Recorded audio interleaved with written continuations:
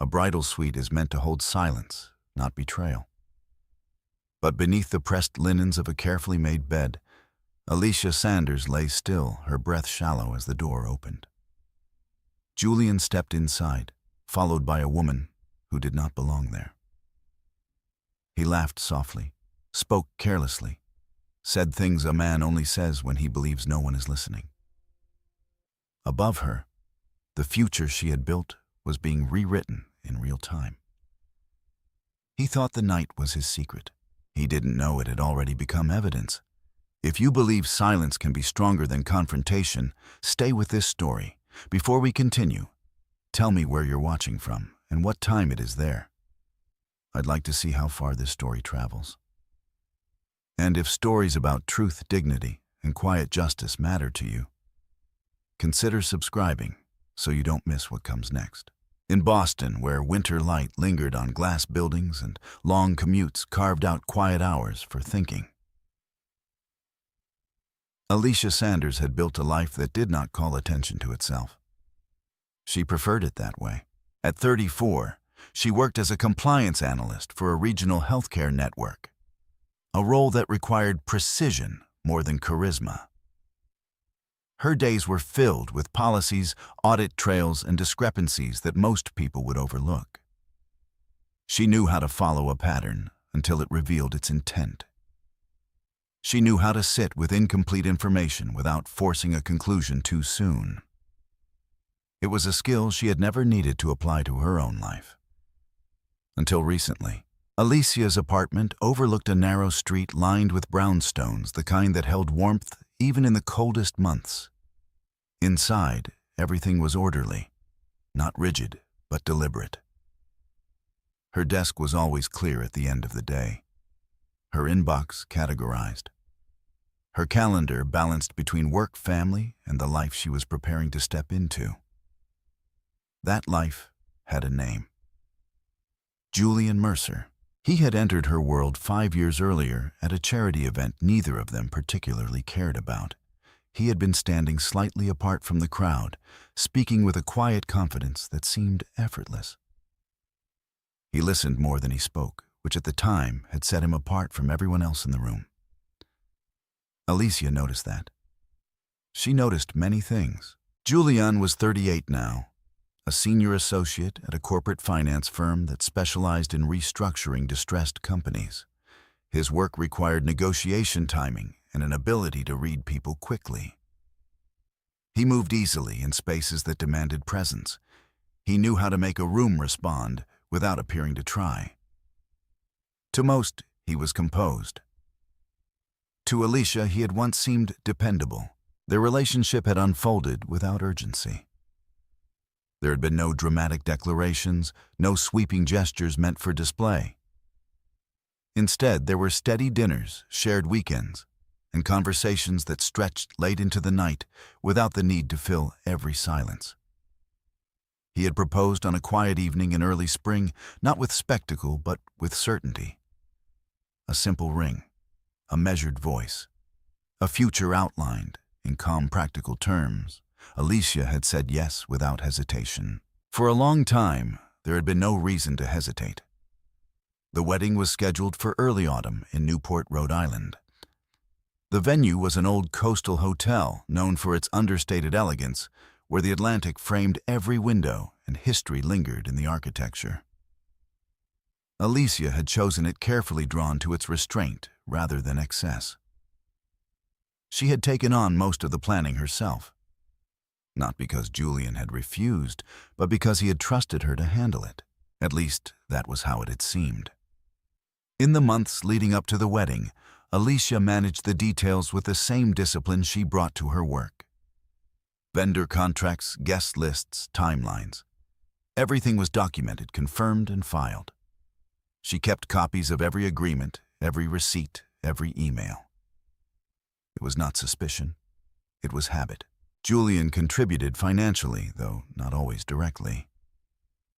He had suggested using a joint account specifically for wedding expenses, something Alicia agreed to without concern. It made coordination easier. Payments could be tracked, transfers could be managed without constant back and forth. At first, it worked exactly as intended. Then small things began to shift. They were not obvious enough to name, not at the beginning. Julian's schedule grew less predictable. Meetings ran late. Calls extended into the evening. He began stepping away more often when his phone lit up, his voice lowering slightly when he spoke. It was not secrecy, not exactly, just a change in rhythm. Alicia noticed. She did not comment on it. There were explanations. There were always explanations. Corporate finance did not keep regular hours. Deadlines moved. Clients demanded attention without warning. Alicia understood that. Her own work had its cycles, its periods of intensity that required flexibility. Still, something about the timing felt off. She marked it quietly in the back of her mind. The first discrepancy appeared in a vendor confirmation. It was a small thing. A floral arrangement adjustment for the rehearsal dinner. Alicia received a duplicate email notification, one she had not requested.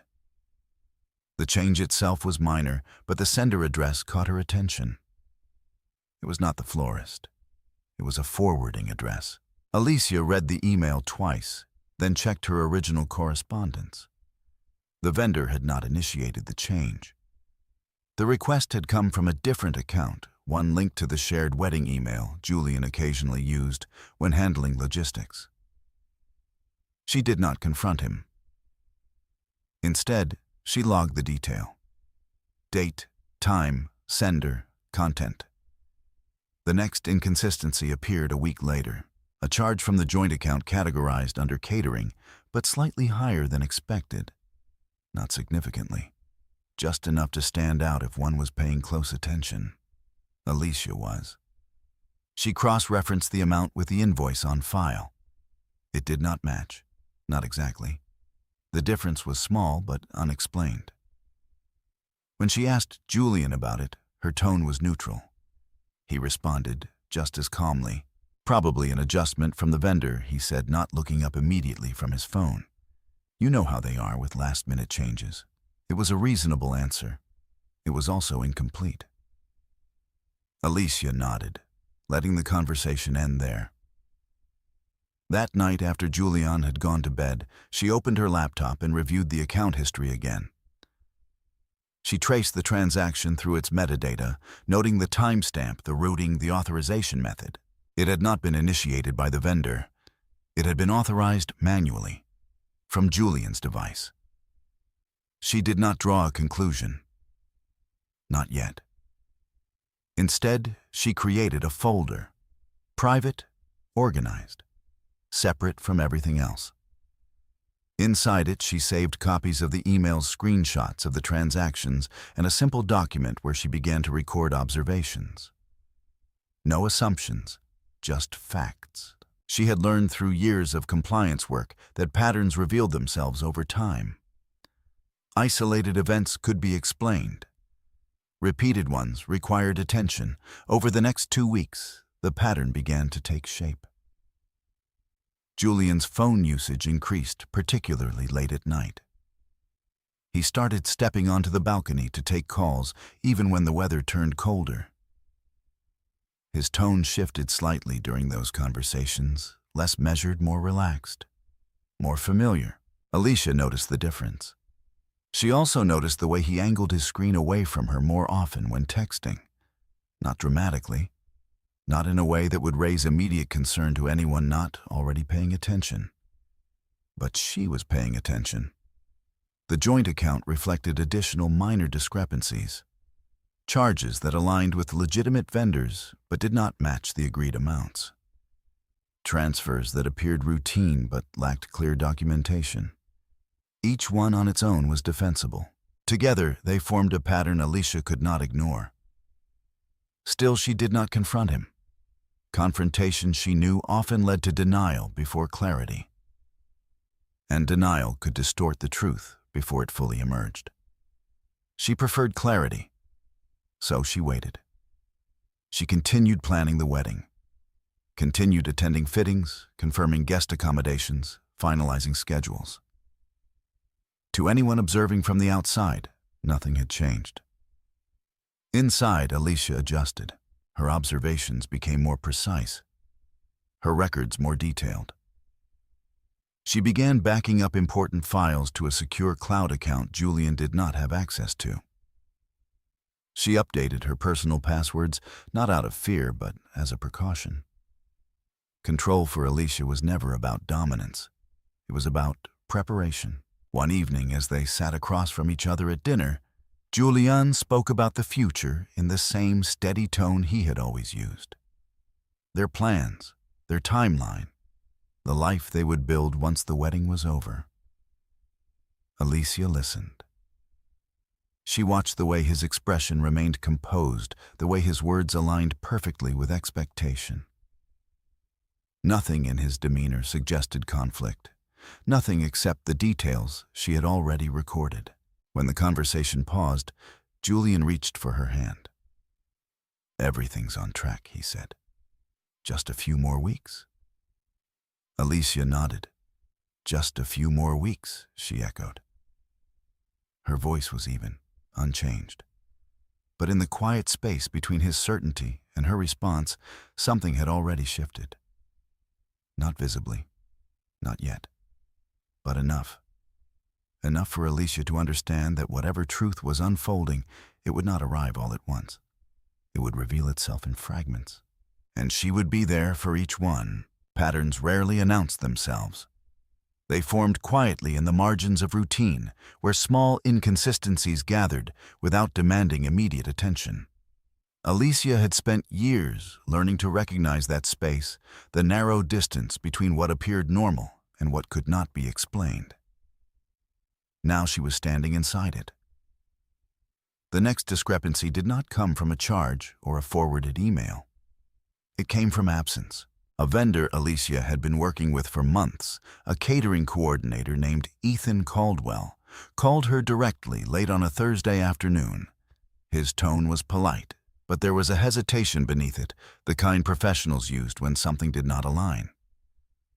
"I just wanted to confirm tomorrow's revised delivery window," he said. Alicia paused. "Revised? Yes," Ethan replied, a slight shift in his voice. "We received an update yesterday. Adjusted timing for the rehearsal dinner setup. I assumed it came from you." Alicia glanced at her calendar. Nothing had been changed. "No," she said calmly. "I didn't send any revision." There was a brief silence on the line. "Oh," Ethan said carefully. "Then it must have been from Julian." The email came from the shared account. Alicia felt the information settle without movement. "Can you forward me the message?" she asked. "Of course." The call ended without urgency. There was no confrontation, no escalation, just a request answered as part of normal coordination. Within minutes, the email appeared in Alicia's inbox. She opened it slowly. The message was concise, professional. It referenced adjustments to timing and minor layout changes. Nothing inherently suspicious in its content. But the timestamp caught her attention. It had been sent late, well past midnight, from the shared account, authorized by Julian. Alicia did not react immediately. She read the message again, then compared it to her existing correspondence. The language was slightly different from her own, more direct, less detailed. Still within reasonable variation, but distinct enough to register. She saved the email. Then she opened her document. Date, time, sender, content, another entry. It was the accumulation that mattered. That evening, Julian returned later than expected. His explanation was immediate, offered before Alicia asked. "Client ran over," he said, setting his keys down with practiced ease. "You know how these things go." Alicia nodded. "I spoke with Ethan today," she said, her tone unchanged. Julian's expression did not shift. "Oh, everything okay?" He mentioned a revised schedule for the rehearsal dinner. A pause. Subtle but measurable. Right, Julian said. I meant to tell you. It was a small adjustment, nothing major. Alicia watched him. Why wasn't I copied on the email? Another pause. I thought I used the shared account, he replied. You did, Alicia said. But I didn't receive it until I asked for it. Julian shrugged lightly as if the detail held no weight. Probably a sync issue, he said. Those accounts can be unreliable sometimes. It was a plausible explanation. It was also familiar. Alicia let the moment pass. Okay, she said. The conversation ended there, not because it had resolved anything, but because Alicia chose not to press further. Not yet. Later that night, after Julian had fallen asleep, Alicia returned to her desk. She opened the email again. This time, she focused not on the content, but on the metadata. The routing information, the device signature, the IP pattern. Details most people ignored, but which in her line of work often told a more complete story than the message itself. The email had been sent from a device she recognized, Julian's phone. But the location tag was different. Not their apartment, not his office. Alicia noted it carefully. She did not speculate. She recorded. Over the next few days, the pattern continued to expand. Another vendor, Lila Monroe, the event stylist, sent a confirmation Alicia had never seen before. A slight change in table arrangements, nothing significant. But again the request had come from the shared account. Again Alicia had not been included. This time, she did not call. She replied to the email thread directly. Hi Lila, she wrote. Just confirming that I'm now included in all correspondence moving forward. Please ensure I'm copied on any updates. The response was immediate. Of course, Alicia. I assumed you were already included. My apologies. No one questioned it. No one needed to. From that point forward, Alicia positioned herself quietly at the center of every communication. Not forcefully, not in a way that drew attention, just enough to ensure visibility. Control, she understood, did not require confrontation. It required presence. Julian did not object. If he noticed the shift, he did not mention it. Instead, he continued as before. Late nights, private calls, small adjustments that seemed inconsequential on their own. But Alicia was no longer looking at them individually. She was mapping them. One evening, as she reviewed the joint account, another charge appeared. This one was categorized under accommodations, higher than previous discrepancies. Alicia opened the transaction details. The payment had been processed through the hotel in Newport, but the room number listed did not match their reserved suite. She checked the booking confirmation. Their suite was listed clearly, paid in full weeks earlier. This was a separate room, authorized under the same account. Alicia stared at the screen for a moment, her expression unchanged. Then she opened a new tab. She logged into the hotel's online portal using the credentials Julian had shared with her months ago. Accessing the reservation system required minimal navigation. Within seconds, she found it. A second booking, same dates, different room. The reservation name was not hers. It was Julian's. And listed under additional guest, a name she recognized. Vanessa Clark. Alicia did not move. She read the name again, not because she doubted it, but because repetition allowed clarity to settle without distortion. Vanessa Clark. The name had appeared before. In passing, Julian had mentioned her once or twice as someone involved in event coordination. A consultant, a contact, never central, never significant enough to hold attention. Until now. Alicia closed the booking window. Then she opened her document. Date, time, source, detail. She typed the information with the same precision she applied to every entry. No commentary, no interpretation, just fact. When she finished, she leaned back slightly in her chair. For the first time since the pattern had begun to form, the pieces aligned into something that no longer required patience to understand. But understanding, she knew, was not the same as action. Not yet. The next morning, Julian behaved exactly as he always did. Calm, attentive, focused on the tasks ahead. He spoke about the wedding timeline, the final confirmations, the guests who would begin arriving in Newport within days. There was no indication that anything had changed. Alicia listened. She responded when appropriate. She moved through the morning without deviation. If there was a shift in her, it was not visible, not to him. That afternoon, she received another email. This one was different. It was not a vendor confirmation. It was a travel itinerary, sent to the shared account. Subject line, updated plans. Alicia opened it.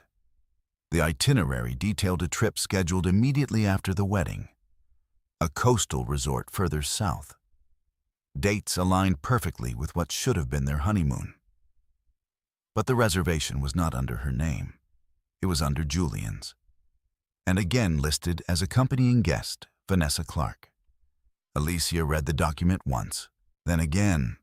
Each detail confirmed what the previous entries had suggested. Not an isolated incident, not a misunderstanding, a structure carefully maintained, quietly hidden. She saved the itinerary. Then she closed her laptop. The room around her remained unchanged. The same light filtering through the window, the same steady rhythm of the city outside. Nothing in her environment reflected the shift that had just solidified. Alicia stood and walked to the window. Below, people moved through their day without awareness of anything beyond their immediate paths. Routine, predictable, contained. She rested her hand lightly against the glass. For a moment, she allowed herself to feel the weight of what she now knew. Not as an emotional surge, but as a recognition. The life she had been preparing to enter no longer existed. But the structure surrounding it, the planning, the contracts, the financial ties remained in place. And within that structure, there was still time. Time to observe. Time to document.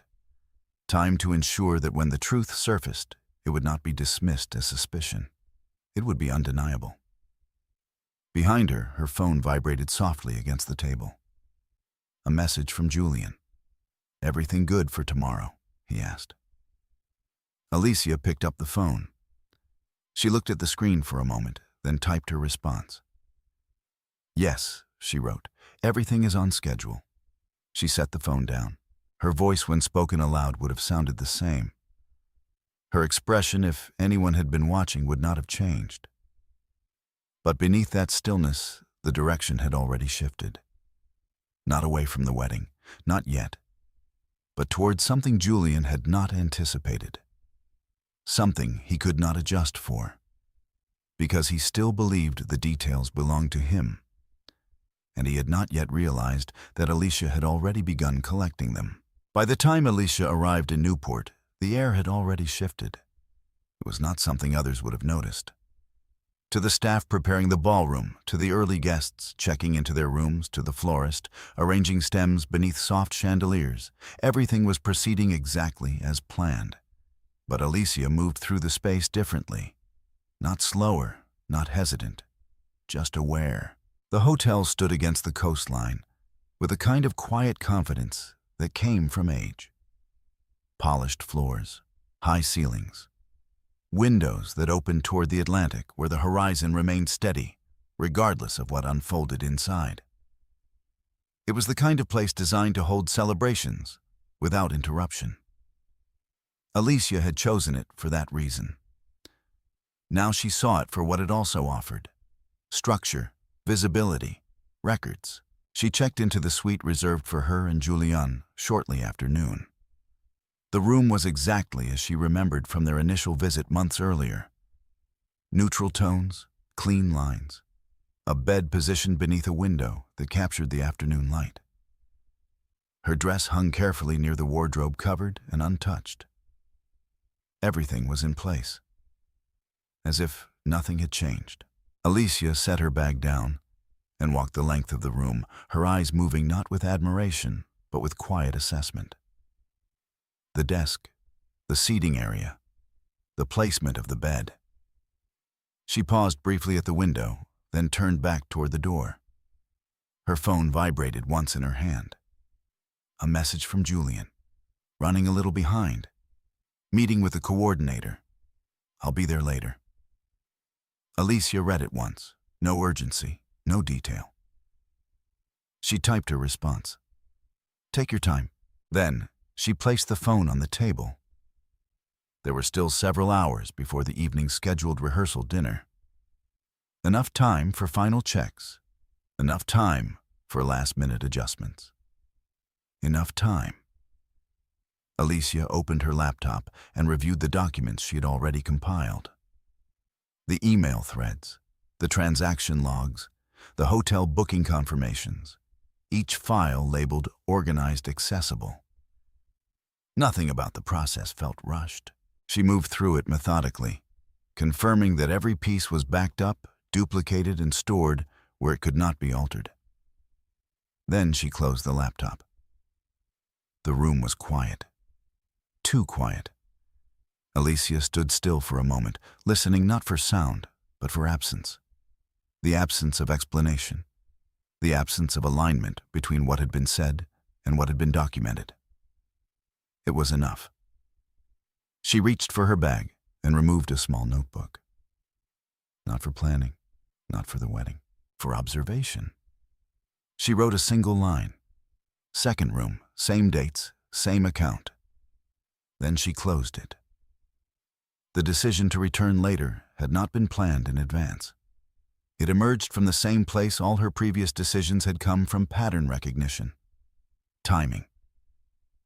Julian had said he would arrive later, which meant he would not expect her to return. Not immediately.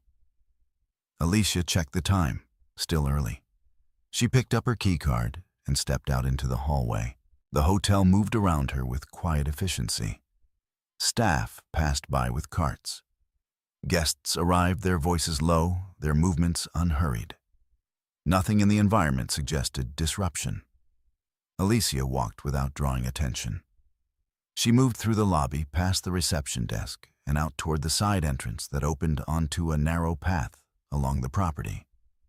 The air carried the scent of salt and something colder beneath it. She followed the path for a short distance, just long enough to be seen leaving. Then she turned back. Not quickly, not in a way that would stand out. Just enough to reverse direction without intention. When she re-entered the hotel, she did not return directly to the suite. Instead, she paused near the reception desk. "Excuse me," she said to the concierge, her tone polite. "Could you confirm the rehearsal dinner setup time for tonight?" The concierge smiled. "Of course, Miss Sanders. Setup begins at 5. Guests are expected at 6. Alicia nodded. "Thank you." She lingered just long enough to be remembered, then turned and walked toward the elevators. Not to her floor, one level below. She stepped out into a quieter corridor where fewer guests had arrived. The lighting was softer, the movement slower. Alicia checked the hallway briefly, then moved toward the service stairwell. It was unlocked. She stepped inside. The air shifted immediately, cooler, less polished, more functional. The stairwell carried the faint echo of footsteps that were not her own, but distant enough not to matter. Alicia moved upward one level at a time until she reached her floor again. This time, she exited through the stairwell door, not the main elevator. The hallway outside her suite was empty. No carts, no staff, no movement. She walked to the door and paused. Listened. Nothing. She inserted the key card and entered. The room was exactly as she had left it. Still, ordered, unchanged. Alicia stepped inside and closed the door behind her. Then she waited. Not for long. Just long enough to let the silence settle. Her eyes moved again across the room. The bed, the window, the placement of objects. There was a precision to the space that made any disruption noticeable. Alicia walked toward the desk and adjusted a single item, a folded program that had been left there by staff. She placed it slightly out of alignment. A small change, but intentional. Then she stepped back. If the room was entered again, if anything was moved, she would know. She turned toward the door, and then she heard it. Footsteps, not in the hallway directly. Approaching, measured, familiar. Alicia did not hesitate. There was no time to exit, no time to reposition. Only one option remained. She moved quickly, but without panic, toward the bed. Dropped to the floor and slid beneath it. The space was narrow but sufficient. The carpet muted her movement. The frame of the bed blocked direct view. Alicia adjusted her position just enough to remain unseen. Her phone was already in her hand. Silent mode, screen dimmed. The door opened. Light shifted across the floor. Alicia slowed her breathing. Listened. Julian's voice entered the room first. Relaxed, unaware, followed by another, a woman's. Unfamiliar in proximity, but not in name. Vanessa Clark. Alicia remained still. Above her, the room she had prepared for a wedding became something else entirely. Not through noise, not through confrontation, but through presence. She did not move. She did not reveal herself. Because what mattered now was not the moment. It was what the moment would become. And above her, shy Julian believed he was still alone in his certainty. He did not know that certainty had already begun to break. Not loudly, not yet, but completely. The door closed with a soft, deliberate click. It was the kind of sound that usually signaled privacy. Now it marked the beginning of exposure. Alicia remained still beneath the bed, her body aligned with the narrow space between the floor and the frame.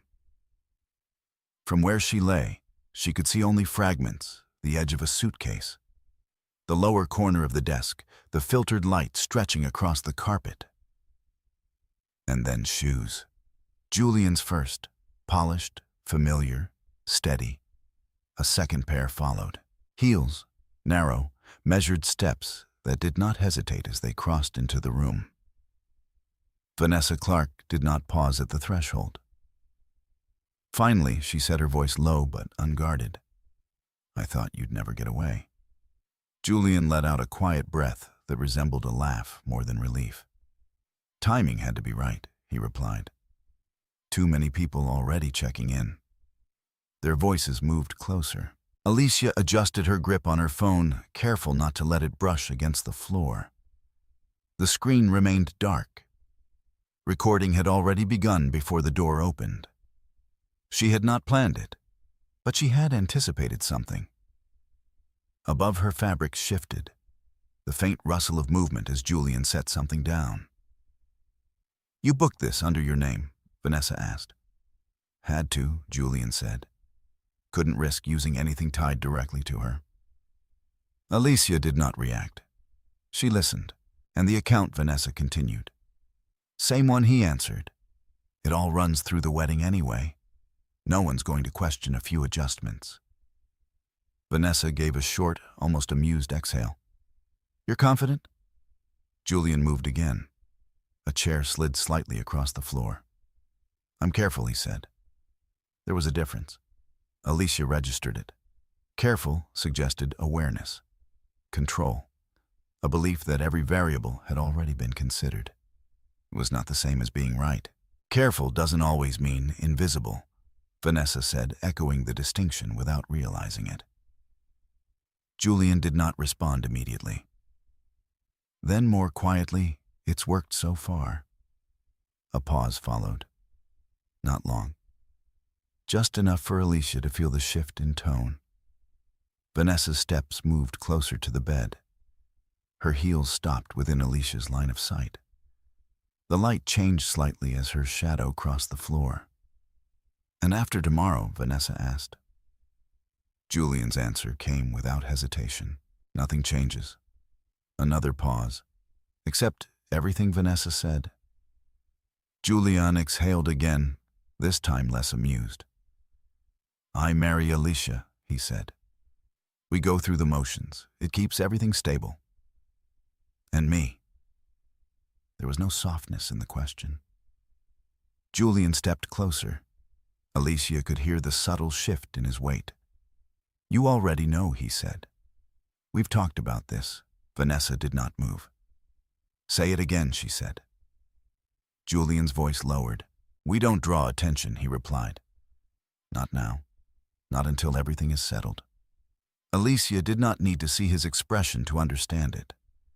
The tone was controlled, reassuring, designed to maintain alignment without offering clarity. "And the trip?" Vanessa pressed. "It's booked," Julian said. "Same plan, just not publicly." Alicia's fingers tightened slightly around her phone. The itinerary she had already seen now had context. Vanessa shifted again, the angle of her feet changing. "And Alicia?" she asked. This time Julian hesitated. It was brief, but measurable. "She doesn't look that closely," he said. The sentence landed without emphasis, without doubt. It was not said as an insult. It was said as a fact. Alicia did not move. Her breathing remained steady, though the space around her seemed smaller now. The air denser with each word spoken above. Vanessa let out a quiet sound that could have been agreement. "She trusts you," she said. Julian did not deny it. "That makes things easier." The room fell into a different kind of silence after that. Not empty, not neutral, full. Alicia shifted her focus from the words to the details between them. The rhythm of movement, the placement of objects, the subtle sounds that marked where each person stood, where they moved, what they touched. Evidence was not only what was said. It was how it was said. Where, when, under what conditions. Julian crossed the room again. Alicia could hear the faint click of something being opened. Perhaps a drawer, perhaps a case. "Did you bring it?" Vanessa asked. "Yes," Julian replied. A pause. Then good. Alicia's gaze fixed on the narrow strip of light beneath the bed. A shadow moved across it, then settled. Vanessa stepped closer again. "You're sure about the timing?" she asked. "Yes," Julian said. "After the ceremony, everything is already in place. Accounts, transfers. It's cleaner that way." Cleaner. The word lingered. Alicia felt it settle into the growing structure forming in her mind. The transactions, the second room, the itinerary, the adjustments. It was not chaos. It was planning. "You're not worried?" Vanessa asked. Julian gave a short, quiet laugh. "About what?" "About her finding out." Another pause, longer this time. Then simply no. Alicia closed her eyes for a brief second. Not in reaction, in confirmation. Above her, Vanessa moved again. The edge of the bed shifted slightly under her weight as she sat. "She's not going to check anything?" Vanessa asked. Julian's answer came quickly. "She won't need to," he said. "Everything looks right." Alicia opened her eyes again. The space beneath the bed remained unchanged. The same narrow frame, the same filtered light, the same controlled stillness. "Everything looks right." She repeated the phrase silently, not as agreement, but as reference. Above her, Julian's footsteps moved toward the window. The sound of curtains shifting. A brief pause. "People are starting to arrive," he said. Vanessa stood. Her heels moved again across the floor. "Then we should go," she replied. Julian did not answer immediately. Alicia heard the soft movement of fabric, the subtle proximity between them. "Then tonight doesn't change anything," he said. Vanessa's response was quieter. It already has. There was no argument, no denial, just the recognition of something neither of them chose to define. Julian moved toward the door. The sound of keys. The faint metallic click of a lock being disengaged. Vanessa followed. Before the door opened, she spoke once more. "You're certain she won't be here?" Julian's answer came with the same calm certainty as before. "She won't." The door opened. Light shifted again, then closed. Silence returned. Not the same silence as before. This one carried weight. Alicia remained where she was for several seconds after the room emptied. Not out of fear, not out of hesitation, out of discipline. Only when the absence of sound confirmed itself did she move. Slowly, carefully. She slid out from beneath the bed, her movements controlled, deliberate. When she stood, the room appeared exactly as it had when she entered. Ordered, undisturbed, except it wasn't. Alicia looked around, her gaze moving across the same objects she had assessed earlier. The desk, the chair, the bed. Nothing visibly out of place. But everything now understood. She lifted her phone. The recording continued. She stopped it, saved the file, backed it up immediately. Cloud, secondary account, time-stamped, unaltered. Then she stood still for a moment, the phone still in her hand. Not thinking, not reacting, just allowing the information to settle into structure. Julian had believed the room was private. He had believed the timing was controlled. He had believed Alicia would not be present. Each belief had been precise. Each one had been wrong. Alicia walked to the desk. The folded program she had shifted earlier remained slightly out of alignment. Unnoticed, uncorrected. She adjusted it back into place.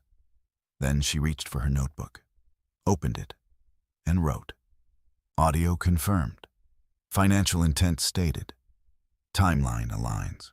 She closed the notebook, set it down. The room remained quiet. But the moment had changed. Not because of what had happened, but because of what it had become. Not suspicion, not uncertainty, evidence. For a long moment, after the door closed, Alicia did not move.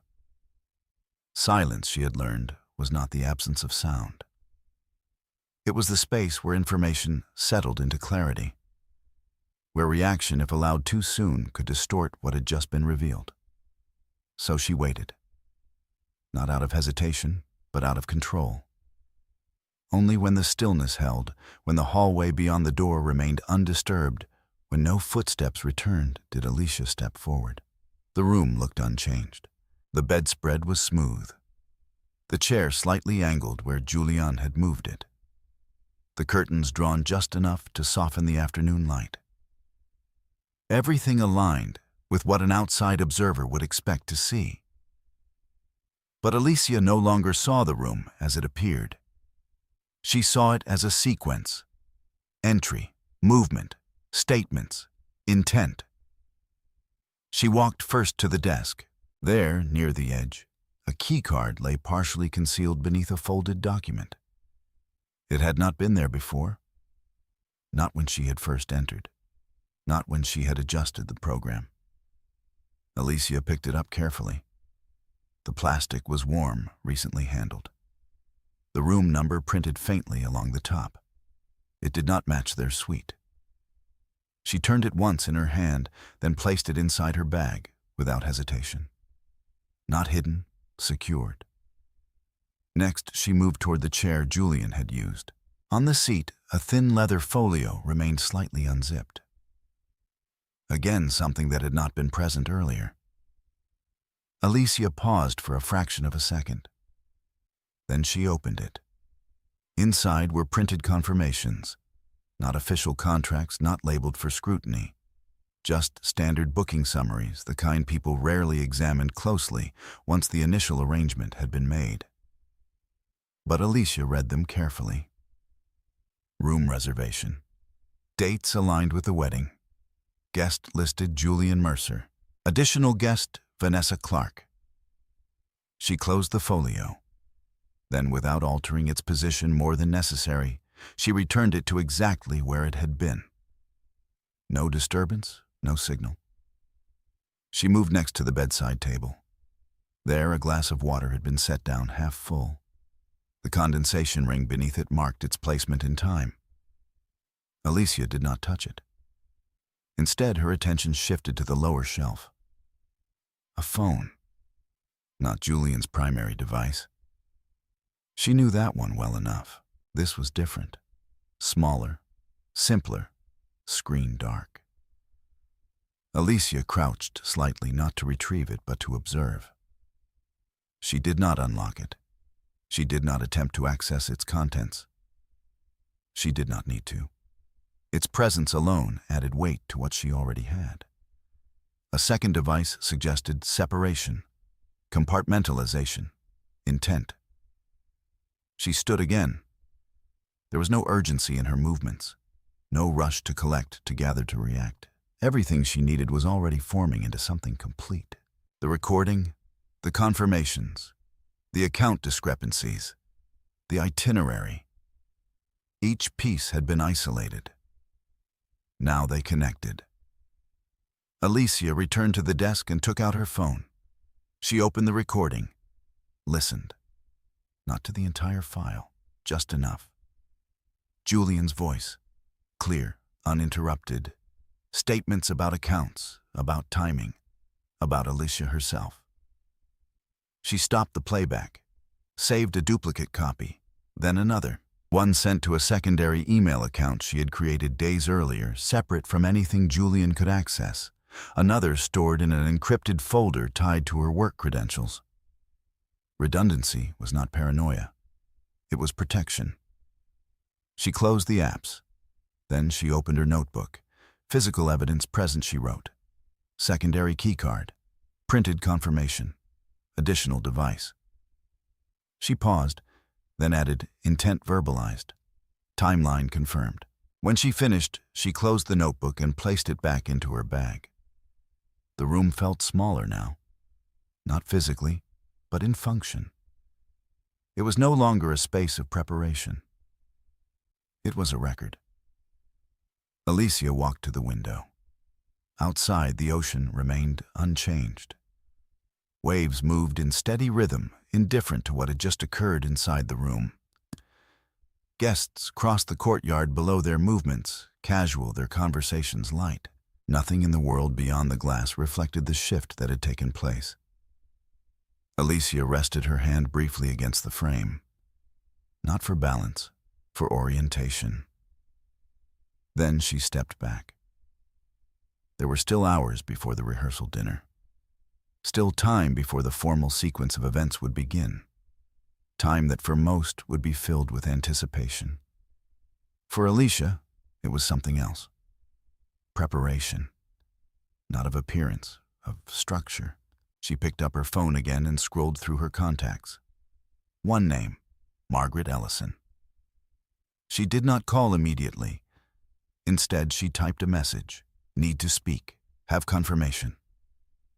She paused, then sent it. The response came within minutes. I'm available. Alicia read the message once, then placed the phone down.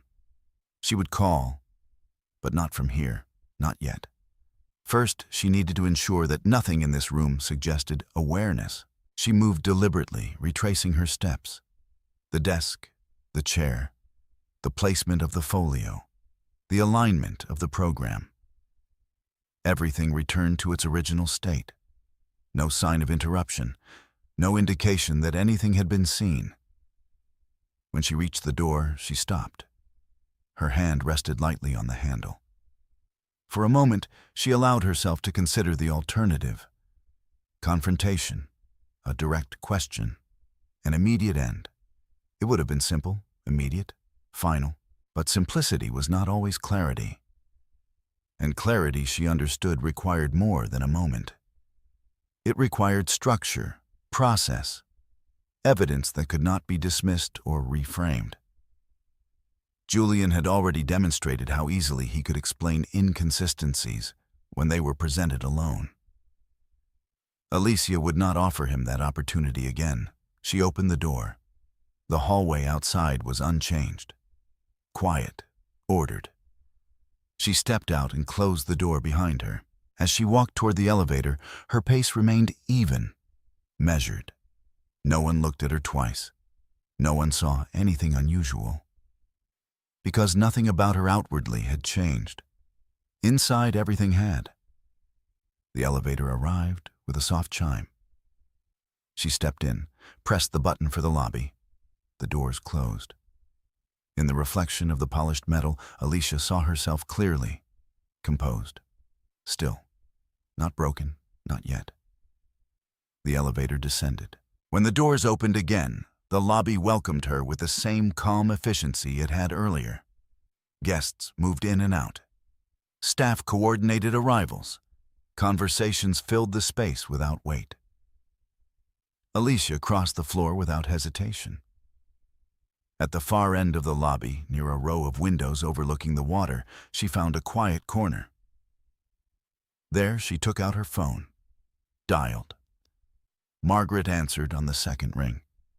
"Alicia." "I have what we need," Alicia said. Her voice was steady, clear. On the other end, Margaret did not ask for explanation. "Then we proceed carefully," she replied. Alicia looked out toward the ocean again. "Yes," she said. "Carefully." Because what had begun in silence would not end in noise. It would end in certainty. And Julian, still moving through the hotel, unaware, still believing the structure he had built remained intact, had not yet realized that every part of it had already been seen. Documented, secured. Not as suspicion, not as doubt, but as fact. Margaret Ellison did not waste words. She never had. When Alicia stepped into the quiet lounge just off the main lobby, the older woman was already seated near the window, a slim folder resting on the table in front of her. Margaret had arrived without drawing attention. Dressed in the same understated way, she always had neutral tones, clean lines, nothing that demanded recognition, but everything that signaled authority to those who knew how to read it. Alicia approached without hesitation. Margaret looked up once, her expression steady, observant. "You found more," she said. It was not a question. Alicia sat down across from her. "Yes, no elaboration." Margaret nodded slightly, then gestured toward the chair. "Start from the moment it changed," she said. Alicia did not rush. She spoke in sequence, not emotionally, not interpretively, just facts. "The second room was confirmed under Julian's name," she began. "Same dates, same hotel, linked to the same account." Margaret listened without interruption. "I returned to the suite earlier than expected." Alicia continued. "He entered the room with Vanessa Clark. They spoke openly. I recorded the entire conversation." Margaret's gaze sharpened, but her posture did not change. "What did he say?" Alicia reached into her bag and placed her phone on the table. She did not play the entire recording, just a segment. Julian's voice filled the small space between them. "It all runs through the wedding anyway. No one's going to question a few adjustments." Margaret raised a hand slightly. "Enough," she said. Alicia stopped the playback. Silence returned. Margaret leaned back a fraction, her eyes narrowing just enough to indicate assessment. "He referenced financial movement tied to the wedding account," she said. "Yes." "And he acknowledged intent." "Yes." Margaret folded her hands. "Good." The word was not approving. It was precise. "What else?" she asked. Alicia outlined the rest, the printed confirmations, the secondary keycard, the additional device, the itinerary for the post-wedding trip. Each detail presented in order, without emphasis, without speculation. Margaret did not interrupt. When Alicia finished, the older woman remained still for several seconds, not thinking, calculating. "Do you have copies of everything?" she asked. "Yes. Backups multiple." Margaret nodded once. "Then we're not reacting," she said. "We're structuring." Alicia held her gaze. "What does that mean?" It means Margaret replied, "We don't confront him yet. We don't disrupt the sequence. We allow him to continue under the assumption that nothing has changed." Alicia did not question it. Why, she asked. "Because right now Margaret said he believes he's in control of the timing. That gives us an advantage. If you confront him now, he'll deny, minimize, or reframe. And he'll have time to adjust." Alicia nodded slightly. "That's what he's done before?" "Yes," Margaret said. "But now he doesn't know what you know." She leaned forward slightly, her voice lowering. "We use that." Alicia's expression did not change. How Margaret opened the folder in front of her. Inside were blank legal templates, standard forms, and a few documents Alicia recognized from previous consultations. Protective financial notices, account flags, preliminary filings that could be activated quickly if needed. "We secure the financial side first," Margaret said, quietly. Alicia listened. "You said the wedding account is joint," Margaret continued. "We notify the bank of potential unauthorized activity. Not an accusation, just a flag. It limits further movement without triggering immediate investigation." "And Julian?" "He won't be notified directly," Margaret said. "Not yet. It will appear as a routine review." Alicia considered that. "And the vendors?" she asked. Margaret shook her head. "Not until we need them," she said. "Right now they're part of the timeline. If we involve them too early, word spreads. We lose control of the narrative." Alicia understood. Control was not about silence. It was about sequence. Margaret closed the folder halfway, leaving it open enough to reference. "The recording is important," she said. "But it's not everything. It supports the financial evidence. It doesn't replace it." Alicia nodded. "I know." "Good," Margaret said. "Because this isn't about proving he was unfaithful." Alicia met her eyes. "It's about proving intent," Margaret continued. "Financial misrepresentation, potential misuse of shared funds, possibly fraud, depending on how far this goes." The word hung between them. Not dramatic, not exaggerated, just accurate. Alicia did not react visibly, but something in the structure of the situation shifted again. "Not personal, legal. That's why we don't rush," Margaret said. "We build it correctly." Alicia leaned back slightly. "And the wedding?" she asked. Margaret's expression remained unchanged. "We proceed," she said. Alicia held her gaze. "Why?" "Because the setting matters," Margaret replied. "Public event, multiple witnesses, documented timeline. If he continues under the assumption that everything is normal, he reinforces the pattern. The more consistent his behavior, the stronger the case." Alicia understood. It was not about the ceremony. It was about context. "And Vanessa?" Alicia asked, Margaret's lips pressed together briefly. "She's secondary," she said. "Relevant but not central. Her involvement supports the timeline. It doesn't define it." Alicia nodded. The distinction was clear. Margaret studied her for a moment. "Can you maintain composure?" she asked. Alicia did not hesitate. "Yes." Margaret watched her a second longer, as if measuring the answer against something unspoken. Then she nodded. "Good," she said, "because from this point forward, nothing you do can suggest awareness." Alicia's posture remained steady. It won't. Margaret reached into the folder and removed a single document. "Sign this," she said, sliding it across the table. Alicia glanced down. A preliminary authorization. It allowed Margaret to act on her behalf in limited financial matters if immediate action became necessary. Alicia signed without question.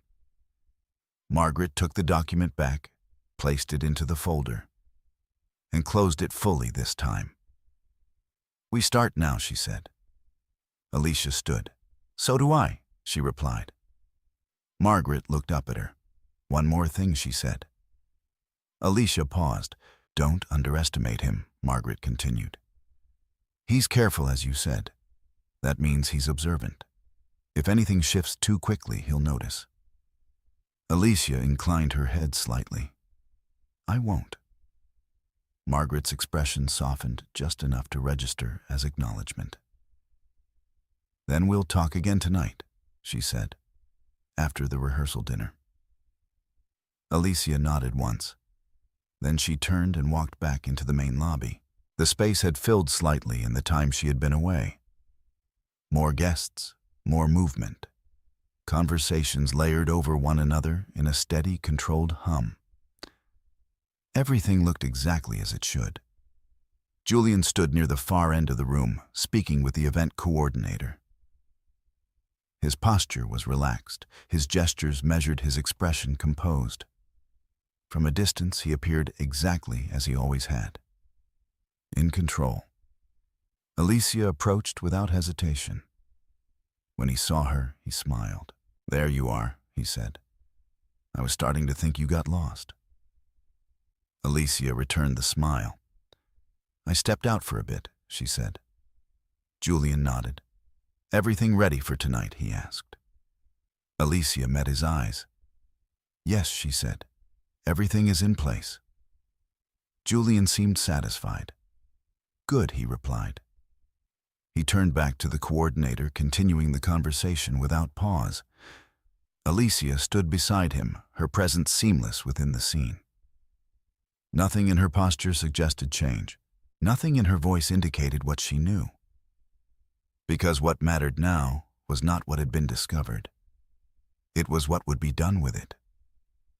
And Julian, still speaking, still moving through the carefully constructed sequence he believed he controlled, had not yet realized that the structure beneath him had already begun to shift. Not visibly. Not yet. But enough. Enough for everything to follow. By early evening, the hotel had settled into a different rhythm. What had been preparation hours earlier now shifted into performance. Staff moved with sharper precision, lighting adjusted, music tested in low, unobtrusive tones. Guests gathered in clusters that reflected familiarity, proximity, and unspoken hierarchies. The rehearsal dinner would begin in less than an hour. Alicia stood near the edge of the ballroom, watching without appearing to watch. The room had been arranged exactly as planned. Long tables lined with neutral linens. Floral arrangements, understated but deliberate. Place settings aligned with the kind of symmetry that suggested effort without excess. Every detail reflected the choices she had made weeks earlier. Nothing had changed. Except everything. Julian moved easily through the room, greeting early arrivals, exchanging measured conversation with the confidence of someone accustomed to being observed. He carried himself with the same composed assurance Alicia had always associated with him. From the outside, nothing in his behavior suggested disruption. From Alicia's perspective, every movement aligned with what she had already documented. She did not follow him. She did not need to. Instead, she shifted her attention to the periphery. The staff, the coordinators, the individuals who moved through the space without being noticed, yet held access to information others overlooked. Alicia approached the bar first. Everything set for the timeline, she asked the bartender, her tone neutral, her presence unremarkable. Yes, Miss Sanders, he replied. We're following the schedule you confirmed. Alicia nodded. Good. No deviation, no adjustment. Control remained intact. From there, she moved toward the event coordinator, Rachel Pierce, who was reviewing the seating chart one final time. Any last-minute changes, Alicia asked. Rachel looked up, offering a polite smile. Nothing significant, she said. We had one inquiry about an additional guest earlier, but it wasn't finalized. Alicia's gaze remained steady. Name Rachel checked her tablet. Vanessa Clark. The confirmation landed without visible reaction, and Alicia asked. She wasn't added to the official list, Rachel said. Mr. Mercer mentioned she might stop by briefly, but nothing formal. Alicia inclined her head slightly. That's fine, she said. Keep the seating as planned. Rachel nodded. Of course. Alicia stepped away. No confrontation, no correction, just alignment. Vanessa's presence was already accounted for, documented, expected. Alicia moved toward the far end of the room where the entrance corridor connected the ballroom to the main lobby. From this vantage point, she could see both the arrivals and the interior without drawing attention to herself. Time passed without urgency. Guests arrived in measured intervals. Conversations built gradually, the volume rising just enough to fill the space without overwhelming it. Julian continued to move through the room, his attention distributed evenly. He paused occasionally to check his phone, his expression unchanged each time. At 5:42 p.m., Alicia noticed the shift. Not in Julian. In the corridor. Vanessa Clark appeared at the entrance. She was dressed appropriately for the setting, nothing that would draw immediate scrutiny. Her posture was composed, her expression neutral, as if she belonged there. As if she had always been part of the sequence. Alicia did not move. She watched. Vanessa paused briefly, scanning the room. Her gaze moved quickly, efficiently, locating Julian within seconds.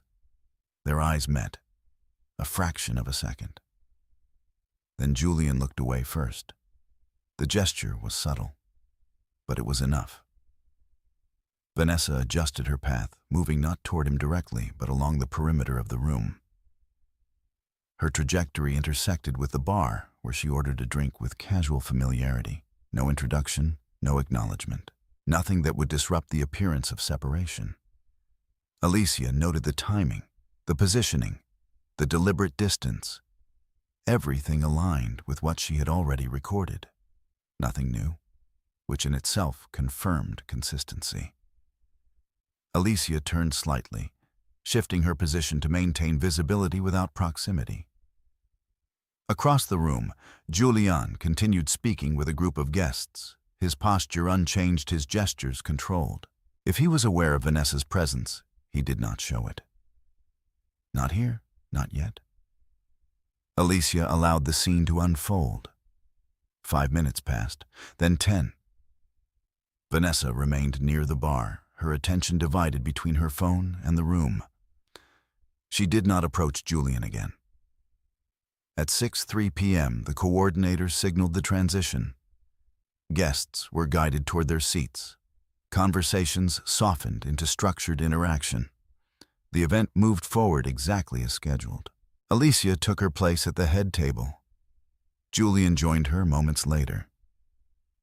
"You look good," he said quietly, as if nothing else existed beyond the immediate moment. Alicia met his gaze. "Thank you." Her voice carried no weight beyond the words themselves. Julian seemed satisfied. "Ready?" he asked. Alicia nodded. Yes. The dinner began. Courses were served with precision. Speeches followed in measured sequence. Laughter surfaced at appropriate moments, rising and falling in controlled waves. From the outside, the evening held. From Alicia's perspective, it revealed. Julian spoke when expected. He thanked the guests, acknowledged the effort behind the event, referenced the future with the same composed certainty he had maintained all day. Nothing in his words contradicted what he had said privately. That more than anything mattered. Consistency.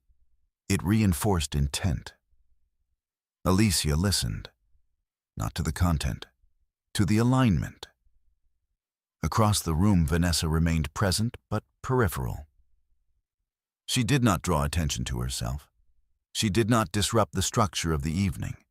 She simply existed within it. As planned, as expected. At 6:47 p.m., Alicia excused herself briefly. No one questioned it. She moved through the corridor and into a quieter section of the hotel, where the noise of the ballroom softened into distance. There, she took out her phone. A message from Margaret waited. Bank notified, flag in place. No alerts triggered. Alicia read it once, then replied. Understood. The response came quickly. Continue as planned. Alicia closed the thread. The structure was holding, financial movement restricted, Evidence secured. Timeline intact. She returned to the ballroom without delay. Julian glanced at her as she resumed her seat. "Everything okay?" he asked. Alicia met his eyes. "Yes." No elaboration, no hesitation. Julian nodded, accepting the answer without question, because there was no reason from his perspective to question anything. The evening continued. Speeches concluded. Guests began to relax into less formal conversation. The structure loosened, but did not break. At 7:15 p.m., Julian stepped away briefly. Alicia did not follow. She did not need to. Instead, she shifted her gaze toward the corridor. Vanessa was no longer at the bar. The absence registered immediately. Alicia stood. Not quickly, not noticeably. She moved toward the same corridor Julian had taken. Not to intercept, to observe. From a distance, she saw them. Julian and Vanessa stood near the far end of the hallway, partially obscured by a column. Their proximity was closer now, their conversation quieter, not visible to most, but visible enough. Alicia did not approach. She did not listen. She did not need additional confirmation.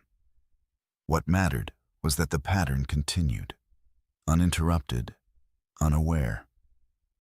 She turned back before either of them could see her, returned to the ballroom, resumed her place. When Julian came back minutes later, his expression unchanged. Alicia did not look up immediately. She allowed the moment to pass, then met his gaze, met his. Nothing in her eyes reflected what she had seen, because what she had seen was no longer the point. What mattered now was what would follow.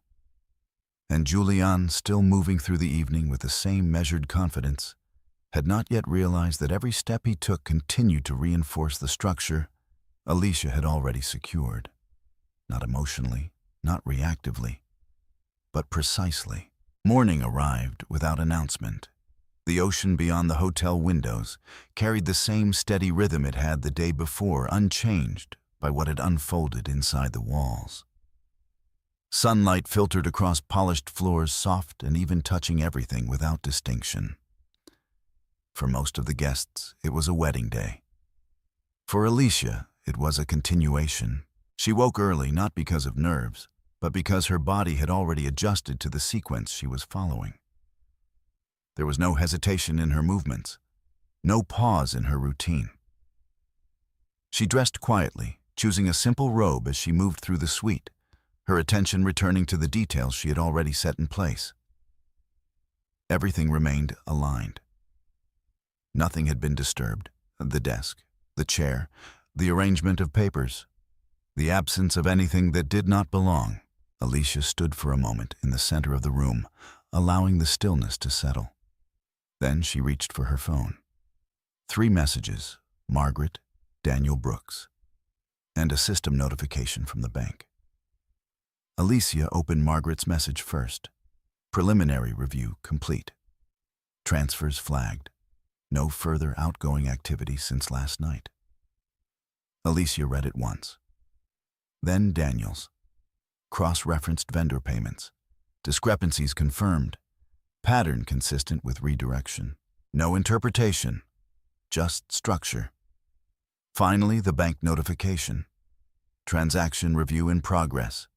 Temporary limitations applied. Alicia placed the phone down. The financial side had shifted. Quietly, without disruption, exactly as planned. She moved toward the window. Below, staff were setting up for the ceremony. Chairs aligned in careful rows, white fabric catching the early light. The space had been designed for a moment of clarity, a transition from one life into another. Alicia observed it without emotion, because the transition had already occurred. Not here, not publicly, but within the structure she had built. A knock came at the door, soft, measured. Alicia opened it. Rachel Pierce stood outside, tablet in hand. "Good morning, Alicia," she said with a professional smile. "Just checking in on the timeline." Hair and makeup will arrive in about 20 minutes. Alicia nodded. Everything is on schedule. Rachel glanced down briefly. Yes, no changes. Alicia held her gaze. Good, she said. Rachel hesitated for a fraction of a second, then added, Mr. Mercer stepped out early this morning. Said he needed to take a call. Alicia's expression did not change. Did he say where Rachel shook her head? No, just that he'd be back before preparation started. Alicia inclined her head slightly. Thank you. Rachel smiled again, then stepped back. Let me know if you need anything. The door closed. Alicia remained where she was for a moment. Julian's absence did not disrupt the sequence. It confirmed it. She picked up her phone again. A single message from Julian had arrived while she was speaking with Rachel. Quick call, back soon. Alicia read it, then placed the phone down without responding. Time moved forward. Hair and makeup arrived. Voices filled the suite in controlled bursts of energy. Brushes mirrored soft conversation. Everything that marked the beginning of a ceremony took shape around her. Alicia participated where necessary, sat when directed, responded when spoken to. From the outside, she was exactly what she was expected to be. A bride, prepared, composed. Nothing in her demeanor suggested deviation. But beneath that surface, every detail continued to align. At 9:12 a.m., Julian returned. Alicia did not turn immediately when the door opened. She allowed the moment to exist without reaction. Sorry, he said, his voice carrying the same easy tone as always. Had to step out for something work-related. Alicia met his reflection in the mirror. It's fine. Julian stepped further into the room, his gaze moving across the preparations. Everything looks good, he said. Alicia nodded slightly. Yes. He approached her then, standing just behind her chair. Almost there, he added. Alicia held his gaze through the mirror. Almost. There was no hesitation in her voice. No question. Julian seemed satisfied. He rested a hand lightly on her shoulder, then stepped back. I'll be downstairs, he said. Coordinator wants to run through final timing. Alicia inclined her head. Okay. He left as quietly as he had entered. The door closed. The room resumed its rhythm, but something had shifted. Not visibly, not audibly, but in the space between what was said and what was understood. At 10:03 a.m., Alicia stood. The preparations were nearly complete. The dress hung ready. The final adjustments remained. Give me a moment, she said to the stylists. They stepped back without question. Alicia moved to the desk, opened her laptop. Everything remained where she had left it. She accessed the files, reviewed them once more. The recording, the transactions, the confirmations. Nothing had changed. Nothing had been lost. She closed the laptop, then opened her phone. A message from Margaret. Final review ready. Call when you can. Alicia typed a response. 10 minutes. She stepped out into the adjoining sitting area, closing the door behind her. The call connected immediately. Margaret's voice was steady. We're in position, she said. Alicia leaned slightly against the table. Walk me through it. Margaret did not hesitate. The bank has restricted further transfers. Any attempt to move funds will trigger a review. Daniel has finalized the financial summary. We have a clear pattern. Alicia listened. And the recording, she asked, supports intent, Margaret said. Combined with the financial evidence, it's sufficient. Alicia exhaled quietly, and timing Margaret paused. That's your decision, she said. We can act before the ceremony, or after. Alicia considered the options. Before would end it immediately. After would allow the sequence to complete. Publicly, documented, structured. What changes if we wait? Alicia asked. Margaret's answer was precise. He reinforces the pattern, she said. Every action taken under the assumption of control strengthens the case. Alicia looked toward the closed door, toward the room where everything had been prepared. Then we wait, she said.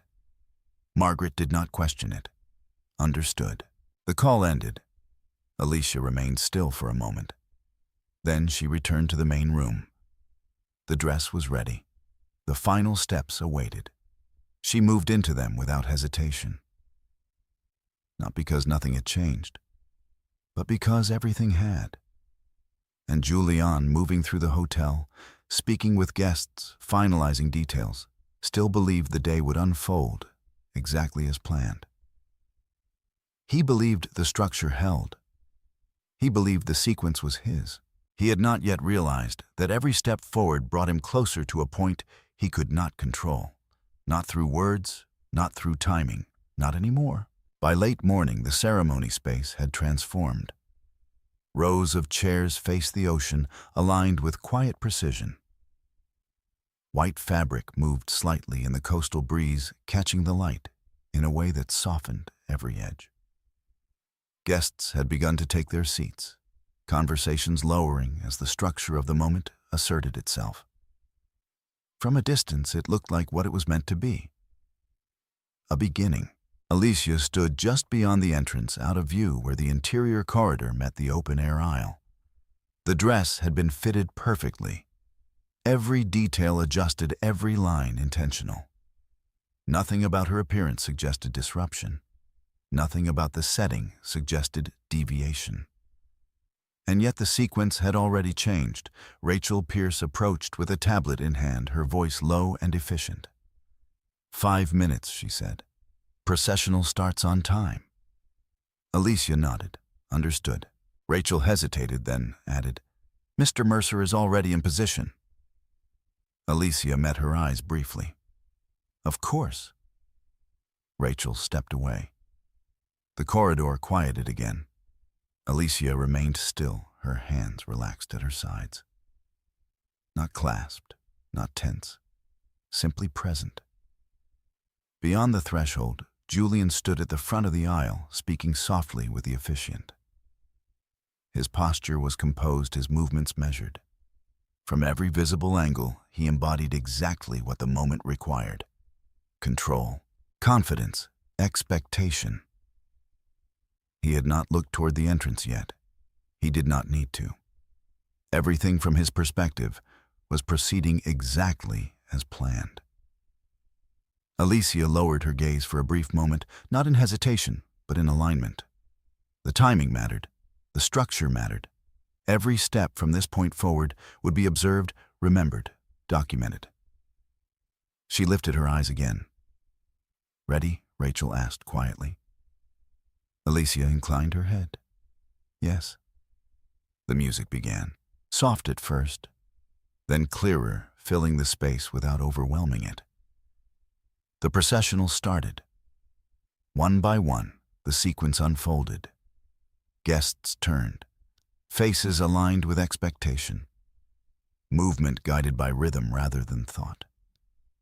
Alicia stepped forward when her turn arrived. The aisle stretched before her, framed by quiet attention.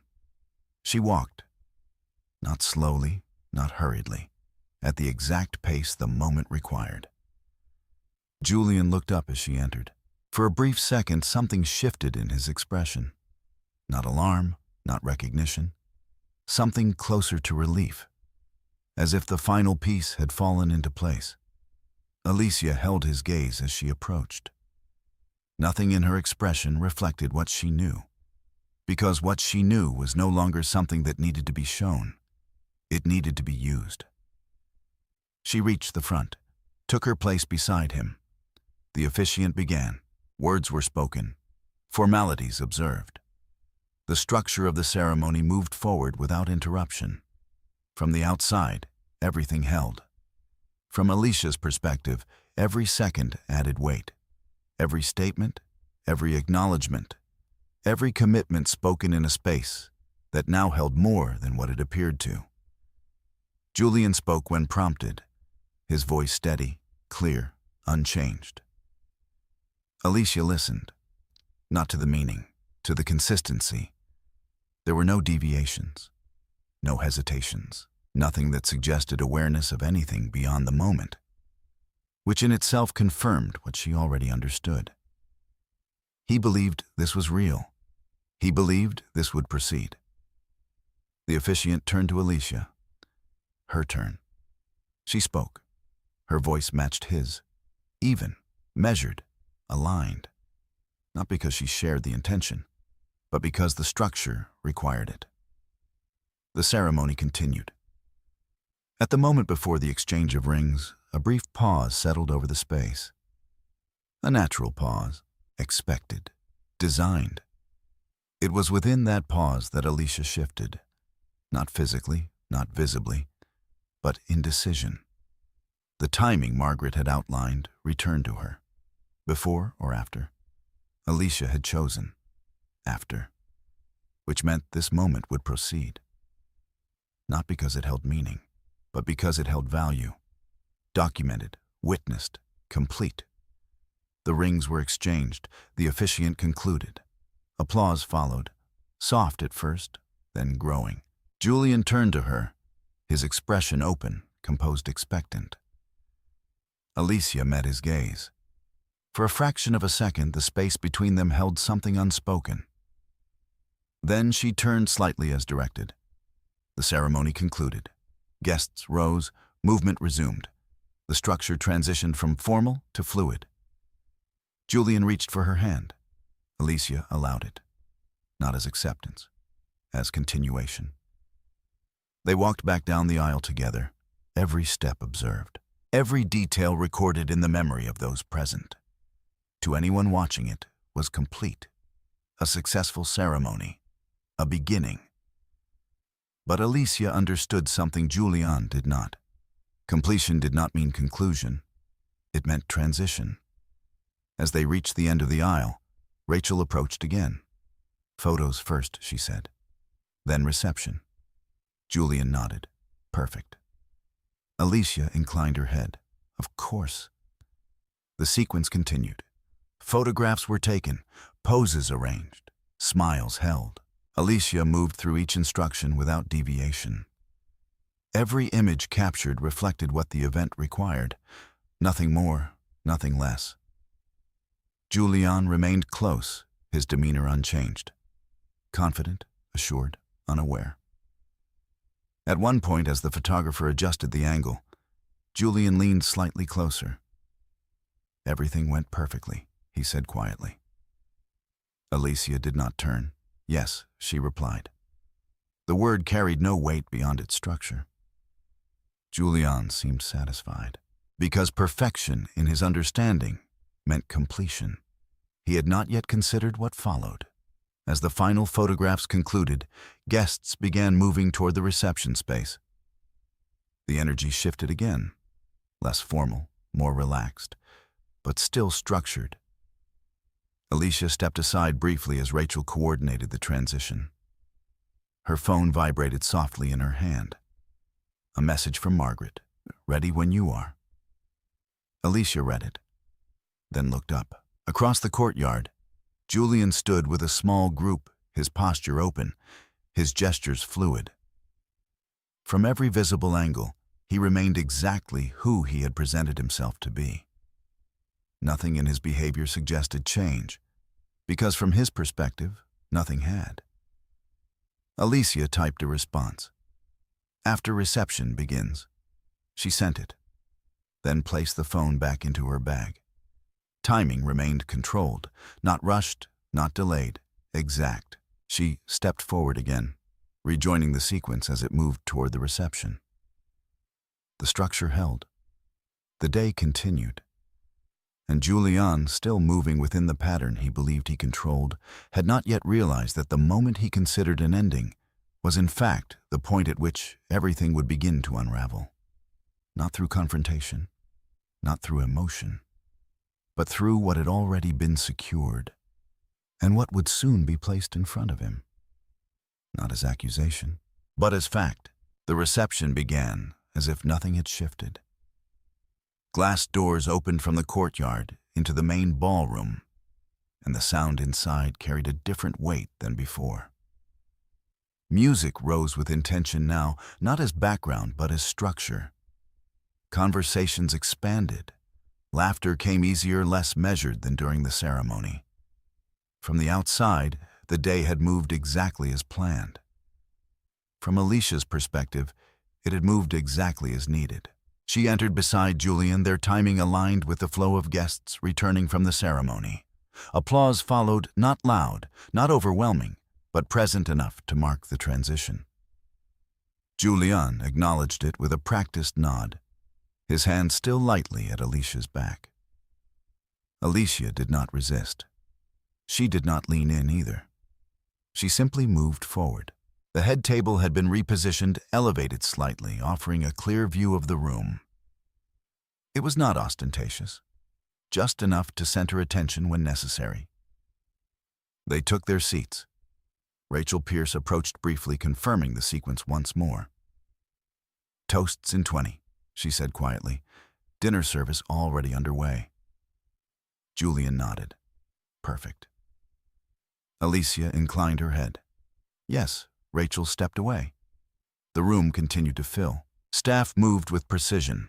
Plates placed in coordinated motion glasses refilled without interruption.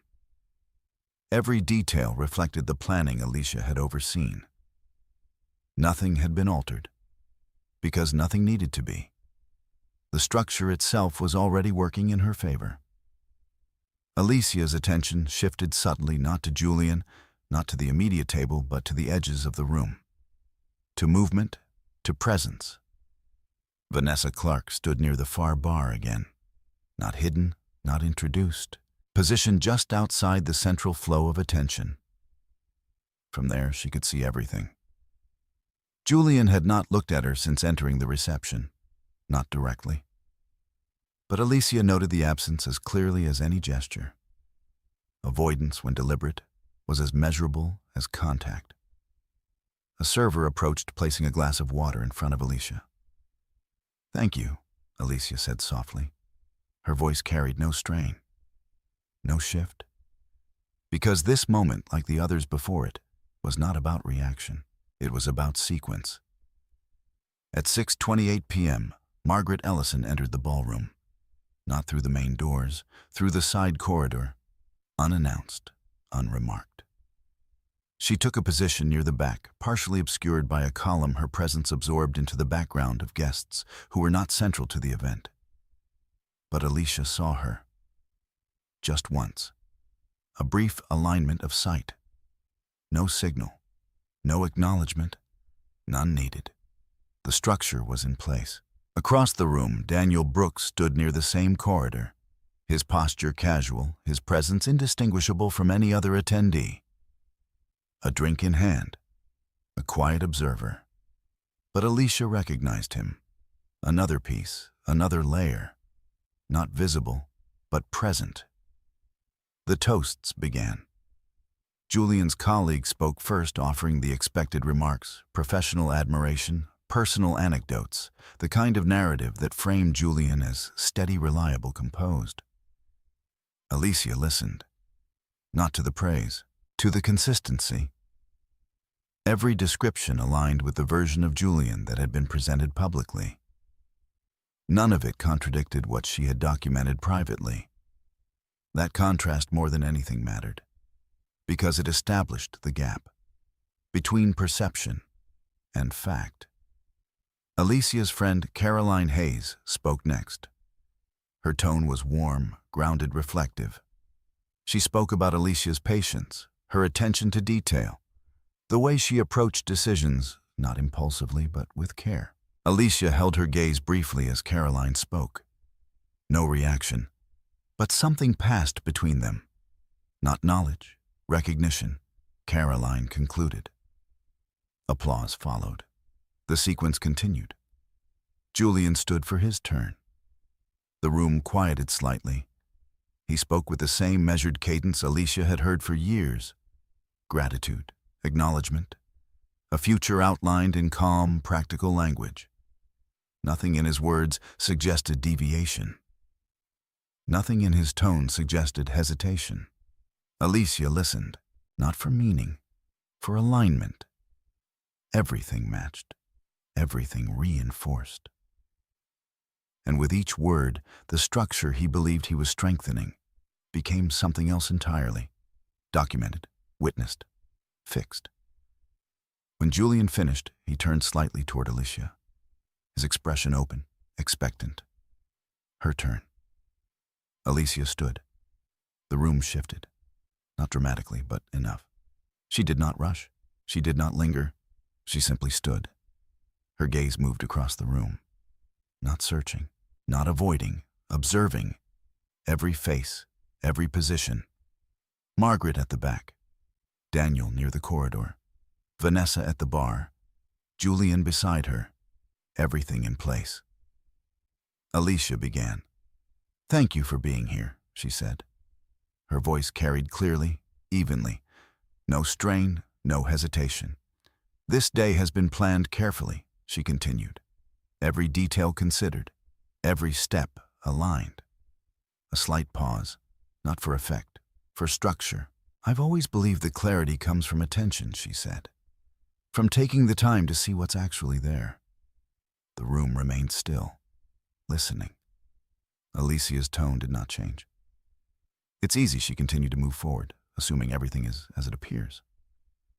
A few glances shifted, subtle, uncertain. Julian remained still beside her, unaware. Alicia did not look at him. "Today," she said, "is about alignment." Another pause. "An alignment requires honesty." The words settled into the room. Not heavy, but present. Alicia allowed the silence to hold for a moment longer. Then she concluded.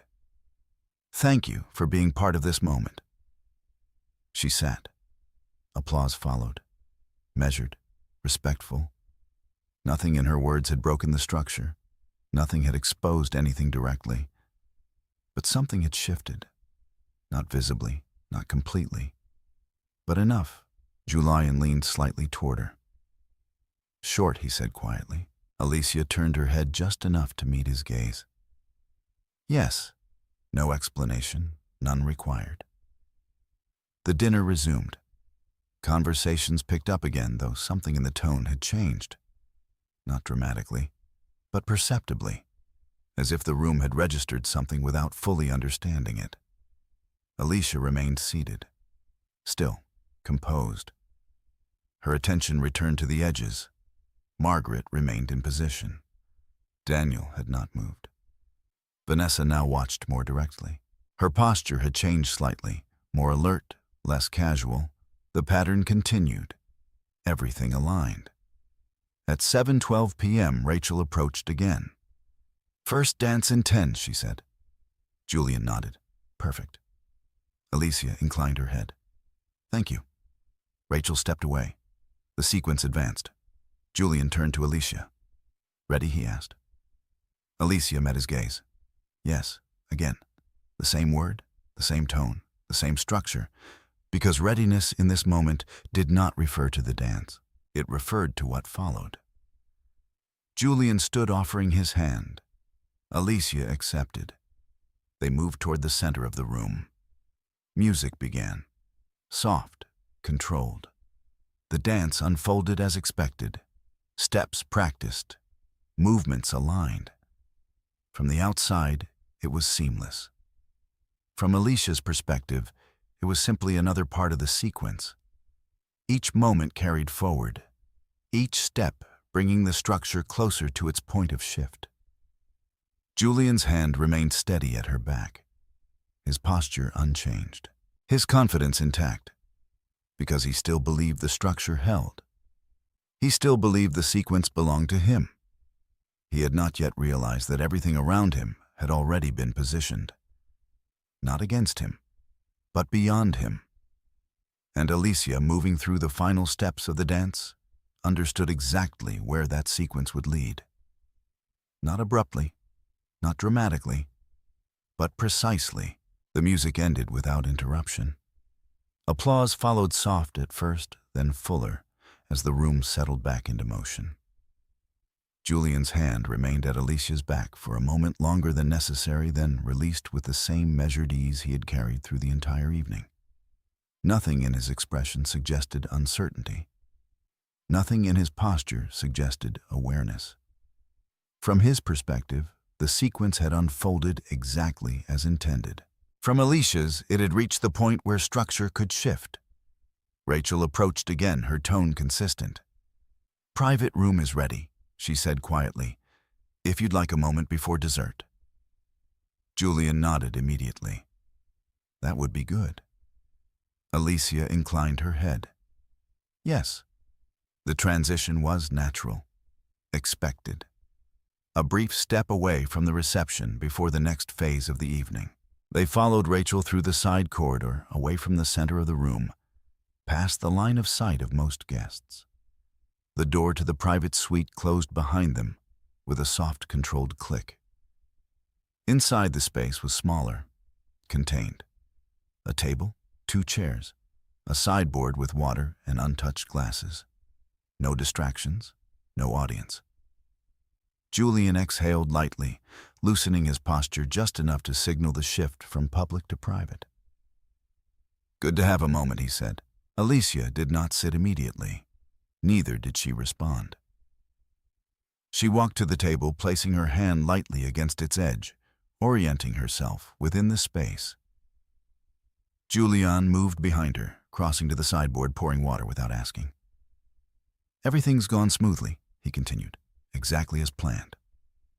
Alicia turned then, not abruptly, not confrontationally, simply aligning her position so she faced him directly.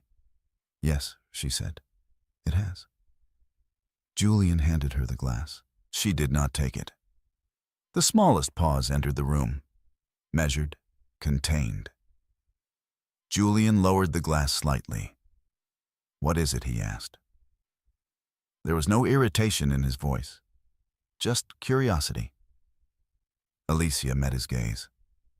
"Before we continue," she said, "there are a few things we should clarify." The language was neutral, structured. Julian's expression did not change immediately. "Clarify," he repeated. Alicia reached into her bag, removed a slim envelope, placed it on the table between them. "About the account," she said. "The adjustments. The timing." Julian's gaze dropped briefly to the envelope, then returned to her. "What about them?" he asked. Alicia did not answer immediately. Instead, she opened the envelope, removed a single document, set it down, a printed summary, clean, organized, dates aligned with transactions, amounts marked, vendors listed, discrepancies highlighted. Julian looked at it. Once, then again. His expression remained composed. "Those are standard adjustments," he said. "We've already talked about." Alicia lifted her hand slightly, not to interrupt, to structure. "These entries," she said, indicating a specific section, "were authorized from your device. Outside vendor communication, without confirmation." Julian's gaze followed her hand. He did not touch the paper. "Then it's a coordination issue," he replied. "Something with the account sync." Alicia placed a second document on the table. The hotel booking confirmation, room number, dates, name, additional guest. Vanessa Clark.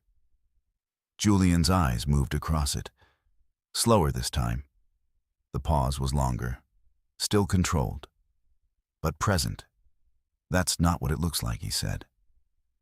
The sentence came quickly. Familiar, expected. Alicia did not respond. She reached for her phone, set it on the table, pressed play. Julian's voice filled the room. It all runs through the wedding anyway. No one's going to question a few adjustments." The recording continued for a few seconds more. Then Alicia stopped it. Silence returned. Different now. Not empty. Weighted. Julian's expression held, but the alignment had shifted. Not visibly to anyone outside the room, but within it, completely. He exhaled once, measured. "That's out of context," he said. Alicia met his gaze. "Then provide the context," she replied. Her tone did not rise, It did not press. It remained level. Julian looked at the documents again, then back at her. His posture adjusted slightly, not retreating, reframing. "You went through my things," he said. Alicia did not respond to the shift. "I documented what was present," she said. The distinction held. Julian's jaw tightened briefly, then released. "This isn't what you think," he said. Alicia did not argue. She placed a third document on the table. The itinerary, dates aligned with the wedding. Destination, 2 names, not hers. Julian's gaze moved over it. This time, he did not speak immediately. The silence extended. Longer. Alicia allowed it, because silence at this point did not obscure. It clarified. Julian straightened slightly. "Vanessa is involved in event coordination," he said. "The trip is." Alicia did not interrupt. She waited. Julian did not finish the sentence, because the structure did not support it.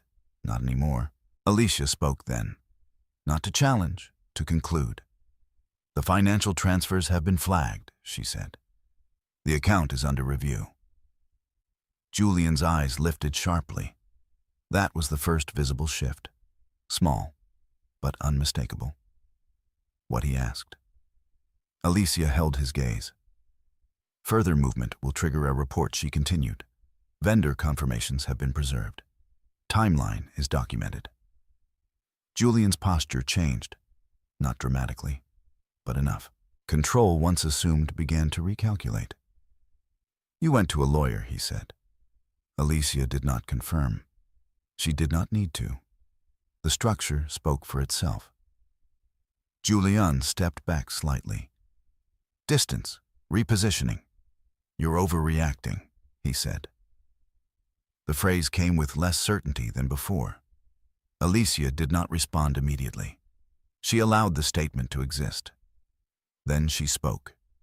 "Everything you needed to say," she said, "has already been said." She glanced briefly at the phone, then back at him. Recorded. The word did not carry force. It did not need to. Julian's gaze followed hers. For the first time, something close to awareness moved beneath his expression. Not panic, not yet, but recognition. The structure had shifted, not in appearance, but in control. He looked back at her. "You're doing this now?" he asked. Alicia's answer was simple. No. A pause. Then this was already done. The distinction held. Julian remained still, processing, recalculating. Every option now required a different outcome, because the variables had changed, not externally, internally. Alicia gathered the documents, placed them back into the envelope, closed it. The movement was precise, final. She did not raise her voice. She did not step forward. She did not accuse. She simply removed the ambiguity. "This conversation," she said, "is for clarity." Julian did not respond, because there was nothing left to clarify, only to accept. Alicia picked up her phone, held it for a moment, then placed it back into her bag. The room remained quiet, but no longer neutral. The sequence had shifted, irreversibly, and Julian, standing across from her, had finally reached the point where control was no longer assumed. It was measured, limited, and no longer his. Julian did not speak immediately after Alicia closed the envelope. The space between them held, not as silence, as recalculation. He remained standing near the sideboard, the glass of water still in his hand, untouched. His posture was upright, controlled, but the alignment had shifted in ways that could not be reversed through tone or explanation alone. Alicia did not move closer. She did not press, because what had needed to be said had already been placed not as accusation, but as structure. Julian set the glass down slowly. The sound against the surface was soft, measured. Then he stepped toward the table. not abruptly, carefully, as if proximity might restore something that had already moved beyond reach. "You've made your point," he said. The words were controlled, but they carried less certainty than before. Alicia met his gaze. "This isn't about a point," she replied. Her tone remained even. "It's about what's already in place." Julian's jaw tightened again this time, without release. "You think you have enough to what he asked? End this. Turn it into something it isn't." Alicia did not answer the framing. Instead, she opened her bag once more, not to present something new, to complete the sequence. She removed a second folder, placed it beside the envelope. Slightly thicker, structured. Julian looked at it without reaching. "What is that?" he asked. Alicia's answer was precise. "A summary," she said. "Prepared this morning." Julian's gaze flicked to her, then back to the folder. Prepared by who? Alicia did not respond directly. She opened the folder, turned it so it faced him. Inside were pages organized in sections: financial movements, vendor discrepancies, timeline alignment. Each entry cross-referenced, each detail supported. No interpretation, just fact. Julian's eyes moved across the first page, then the second. His breathing shifted, not visibly to someone outside the room, but enough. "You've been tracking this," he said. Alicia did not deny it. "Yes." Julian looked up. When Alicia's answer came without hesitation, when it stopped aligning, the phrase settled. Not confrontational, not defensive, just accurate. Julian closed the folder halfway, not dismissing it, containing it. "This doesn't prove anything beyond miscommunication," he said. Alicia did not react because she had anticipated the response. Miscommunication, reframing, reduction. He was still attempting to return the structure to something manageable, something explainable. Alicia reached into the folder, removed a single page, placed it on top. A bank notification, time-stamped, flag applied, transaction review initiated. Julian read it. His expression did not break, but something beneath it shifted again, more noticeably this time. "You flagged the account," he said. Alicia met his gaze. "The activity was flagged," she replied. The distinction held. Julian exhaled, longer now, measured but no longer fully controlled. "That was a mistake," he said. Alicia did not respond. Julian stepped back again. Distance, repositioning. "Do you understand what that does?" he continued. "That creates attention. It creates complications." Alicia's voice remained unchanged. "It creates review." Julian's eyes narrowed slightly. "And you think that helps you?" Alicia did not answer the implication, because this was not about advantage. It was about structure. Julian turned away briefly, not in retreat, in calculation, then back again. "Vanessa isn't what you think," he said. Alicia did not engage the claim. She did not ask. She did not challenge, because Vanessa was not central. Julian watched her, waiting for reaction, for engagement, for something that would return the conversation to a level he could manage. It did not come. Alicia remained still. And in that stillness, the imbalance became clear. Julian stepped forward again, closer now, not aggressively, but with intent. "You've taken this too far," he said. The words carried more weight, more force, but less control. Alicia held her ground. Her response was quiet. It was already far. Julian stopped. The sentence did not escalate. It did not accuse. But it removed any remaining space for minimization. He looked at her for a long moment, searching, not for evidence, for weakness, for uncertainty, for something that could be used to shift the balance back. Alicia offered none. because what she had built did not rely on reaction. It relied on completion. Julian's gaze moved again to the folder, then to the envelope, then to her. "What happens now?" he asked. The question was direct. For the first time. Not framed, not redirected, just asked.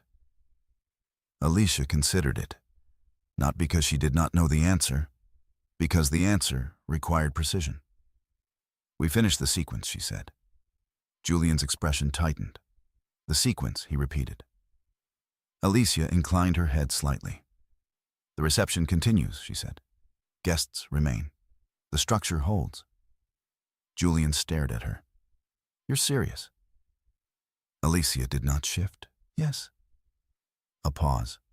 Then, and after Alicia's answer did not change. Then it proceeds. Julian's jaw set again. "That's not an answer." Alicia met his gaze. "It's the only one that applies." The clarity in her tone left no space for reinterpretation. Julian looked away again, this time longer. His hands moved slightly at his sides, not restless, but recalibrating. When he spoke again, his voice had changed, less controlled, more direct.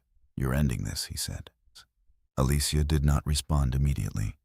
She allowed the statement to exist. Then she spoke. What was presented is no longer valid. The distinction was precise. Not emotional, not reactive, structural.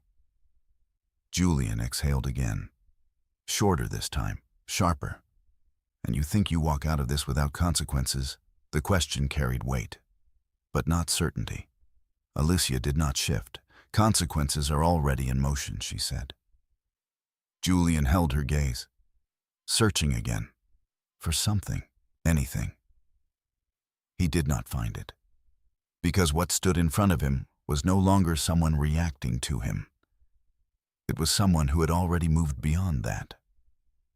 The room remained still, but the dynamic within it had changed completely. Julian stepped back once more, not as strategy, as recognition. The space between them was no longer negotiable. It was defined. He glanced toward the door, then back at her. "They're waiting," he said. Alicia inclined her head. "Yes." Julian remained still for one more moment.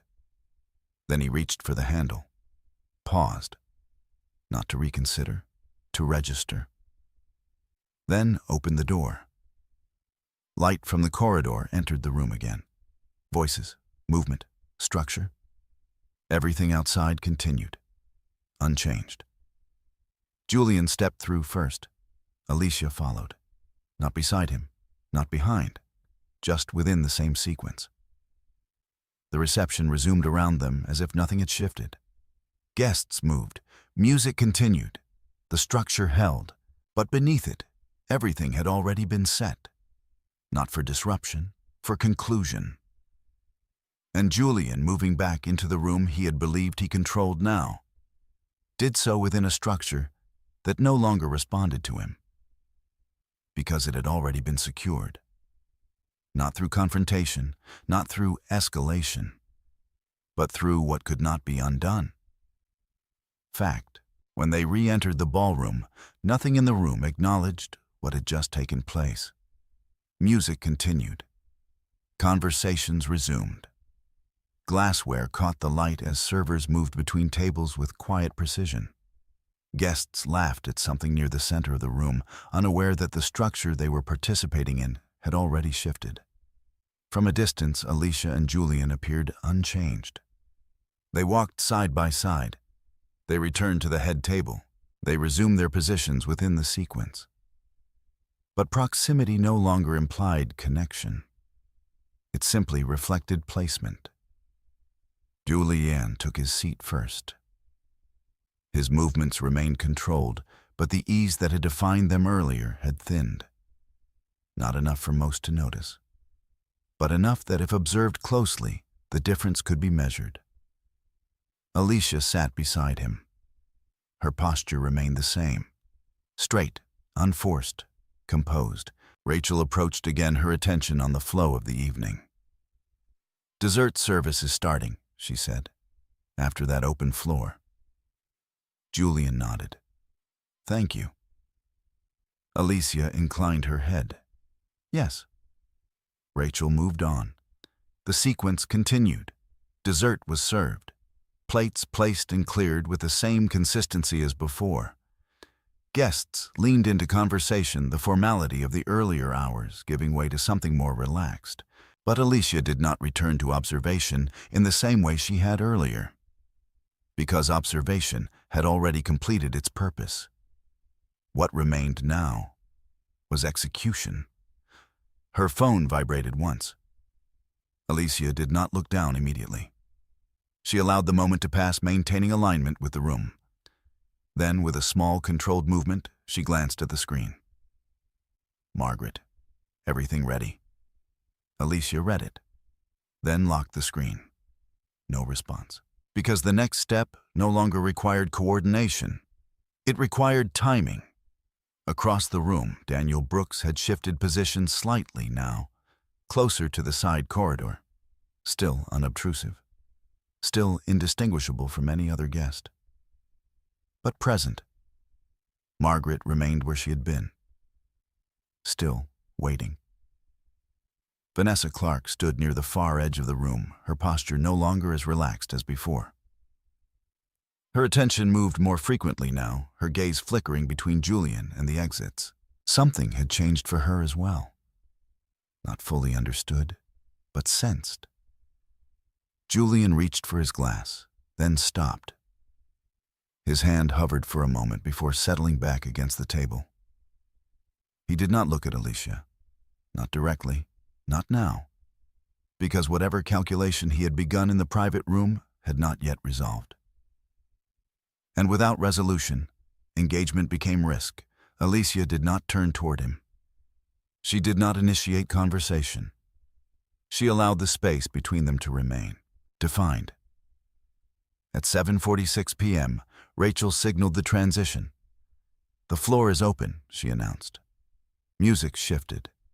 The structure loosened further.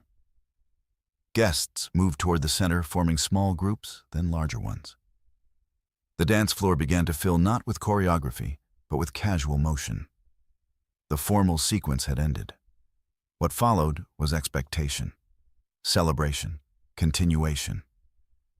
Alicia stood, not abruptly, not to draw attention, simply as part of the flow. Julian remained seated for a moment longer, then stood as well. Their movements were no longer synchronized, not noticeably, but enough.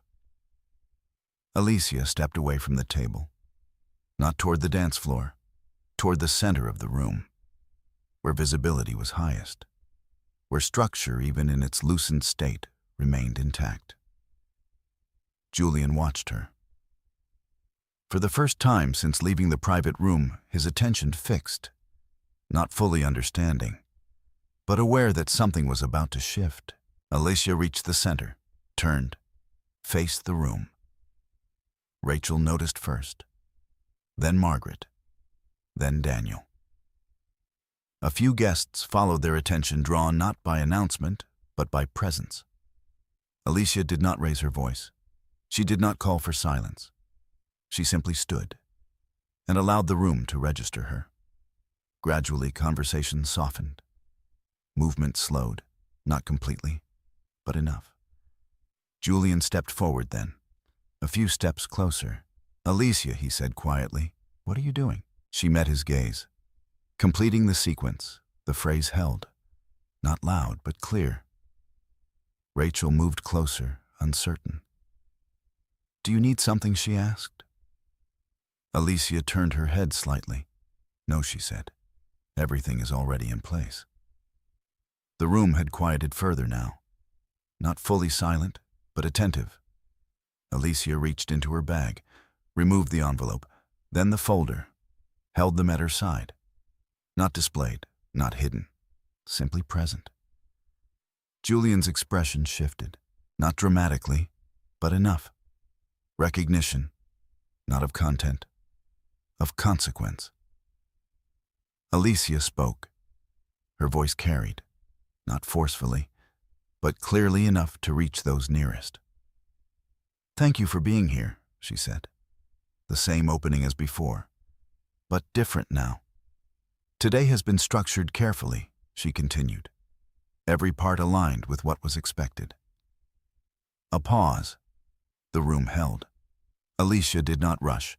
Clarity, she said, comes from what remains consistent. Her gaze moved across the room, not searching, not avoiding, observing. Everything presented today, she continued, has been documented. The word settled. Documented. Not accused, not claimed. Defined. Julian stepped closer. "This isn't necessary," he said, his voice lower now, controlled but strained. Alicia did not turn toward him. She continued. "Financial records, communications, timeline. Each word precise. Measured, not expanded, not explained, just placed." The room had shifted now, not confused, not chaotic, but aware. Something was happening, something structured. Julian reached out slightly, not touching, but close. "Alicia," he said again. This time there was no attempt to control tone, only urgency. Alicia turned then, met his gaze fully. "This is not disruption," she said quietly. "It's conclusion. The distinction held. Final." Julian's hand lowered. The space between them closed. Not physically, structurally. Alicia stepped back. Just enough. Then turned again toward the room. "Thank you for being part of this day," she said. The sentence mirrored her earlier speech, but now it carried completion, not continuation. She did not elaborate. She did not explain, because everything that needed to be understood was already in motion. Margaret stepped forward then. Not quickly, not dramatically, just enough. Daniel followed. The structure shifted again, not visible to everyone, but present. Julian did not move, because movement at this point required direction, and direction had already been removed. Alicia lowered her hands, placed the envelope and folder back into her bag. The motion was small, controlled, final.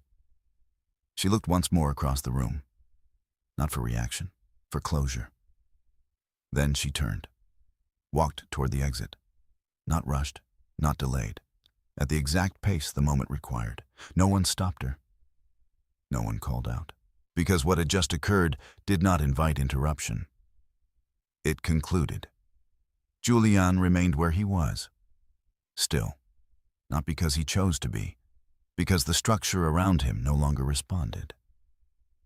And Alicia, stepping through the doorway into the quiet corridor beyond, did not look back, because what she had left behind no longer required her presence. It required only what had already been secured. And what would follow? The corridor outside the ballroom carried a different kind of quiet, not empty, not still, but separate. The music from inside softened into a distant rhythm, no longer structured, no longer central. Footsteps moved past without urgency. Staff continued their work unaffected by what had just shifted beyond the doors. Alicia walked without slowing. Her pace remained, even her posture unchanged. Nothing in her movement suggested escape. Nothing suggested retreat, because she was not leaving something behind. She was moving forward from it. At the far end of the corridor, the glass doors opened to the terrace. Evening had settled over the coastline, the sky holding a muted gradient between light and shadow.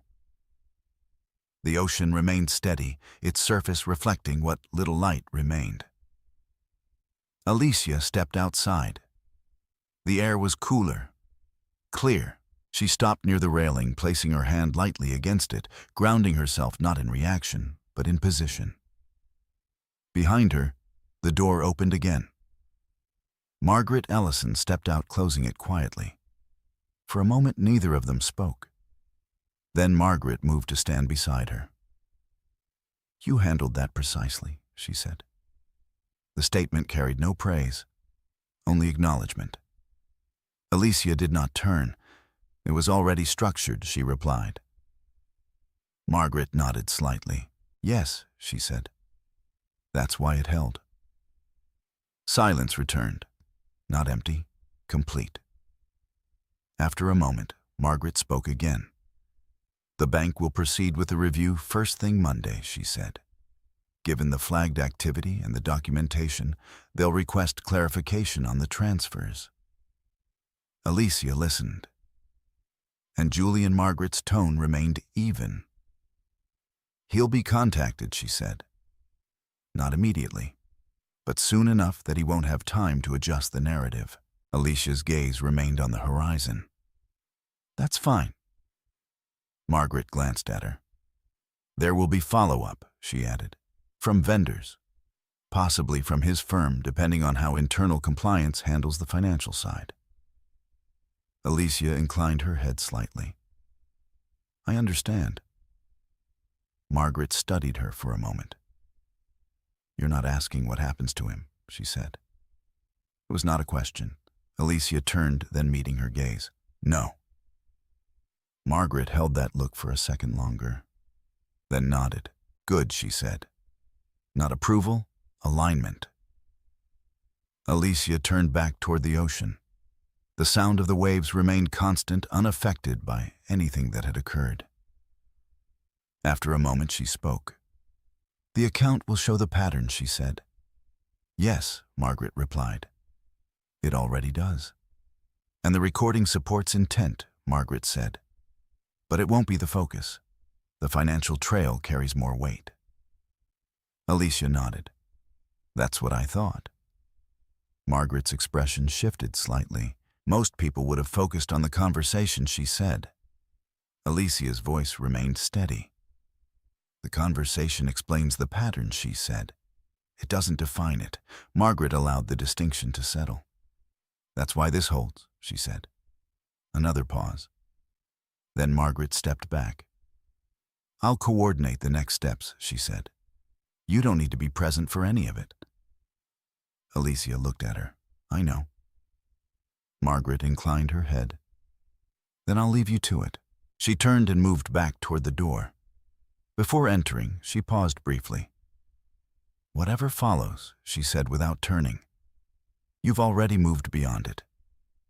Alicia did not respond, because there was nothing to add. Margaret stepped inside. The door closed. Alicia remained where she was. Alone, not in isolation, in completion. She reached into her bag, removed her phone, scrolled briefly. Messages had begun to accumulate. Caroline, a few relatives, unknown numbers. She did not open them. Not yet. Instead, she opened a different thread. A message she had drafted earlier. Short, clear, addressed to the hotel coordinator. Please proceed with all cancellations associated with my name. Charges to be separated and documented. She reviewed it once, then sent it. A response came quickly. Understood. We'll handle it immediately. Alicia closed the thread. Next, she opened her email. A blank message. Recipient herself. Subject, final record. She attached the files, the recording, the summaries, the confirmations. Everything aligned. Then she sent it.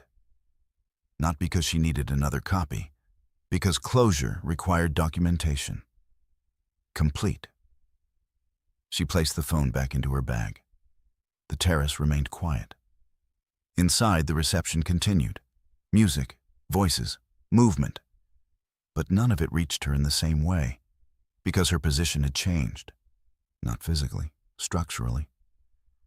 After a few minutes, the door opened again. This time it was Daniel Brooks.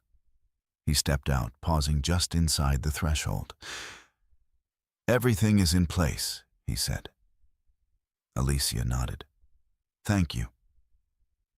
Daniel remained for a moment. If you need anything further, I won't, Alicia said. Not dismissive, certain. Daniel inclined his head. Then I'll finalize the reports.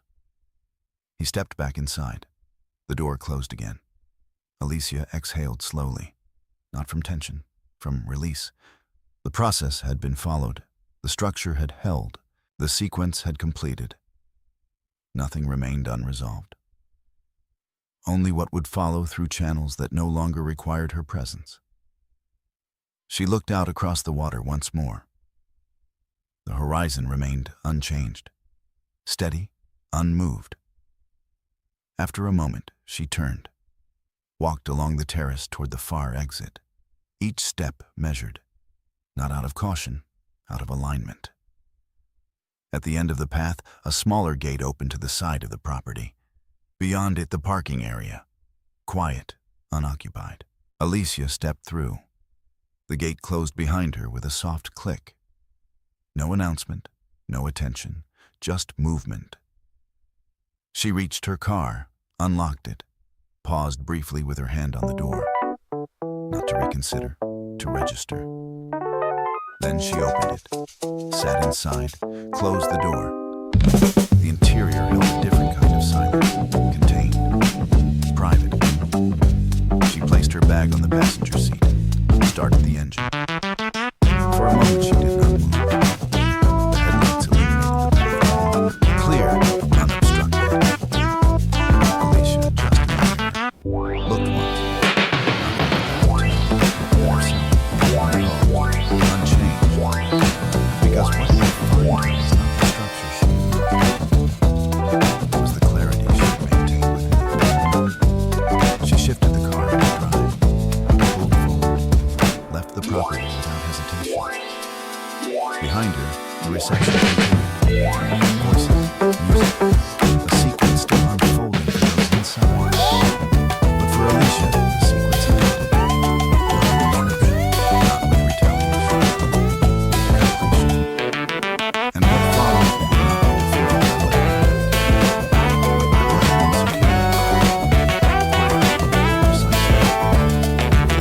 To return. In the end, not every story resolves with raised voices or visible collapse. Some conclude in quieter ways through clarity, through structure, through the steady refusal to ignore what is already evident. Alicia did not fight for control. She did not argue for truth. She allowed it to exist, documented and complete, until it no longer required defense. There is a difference between reacting to what is done to you and understanding what is happening around you. One demands energy. The other creates direction. What she carried with her was not loss, but certainty. Not anger.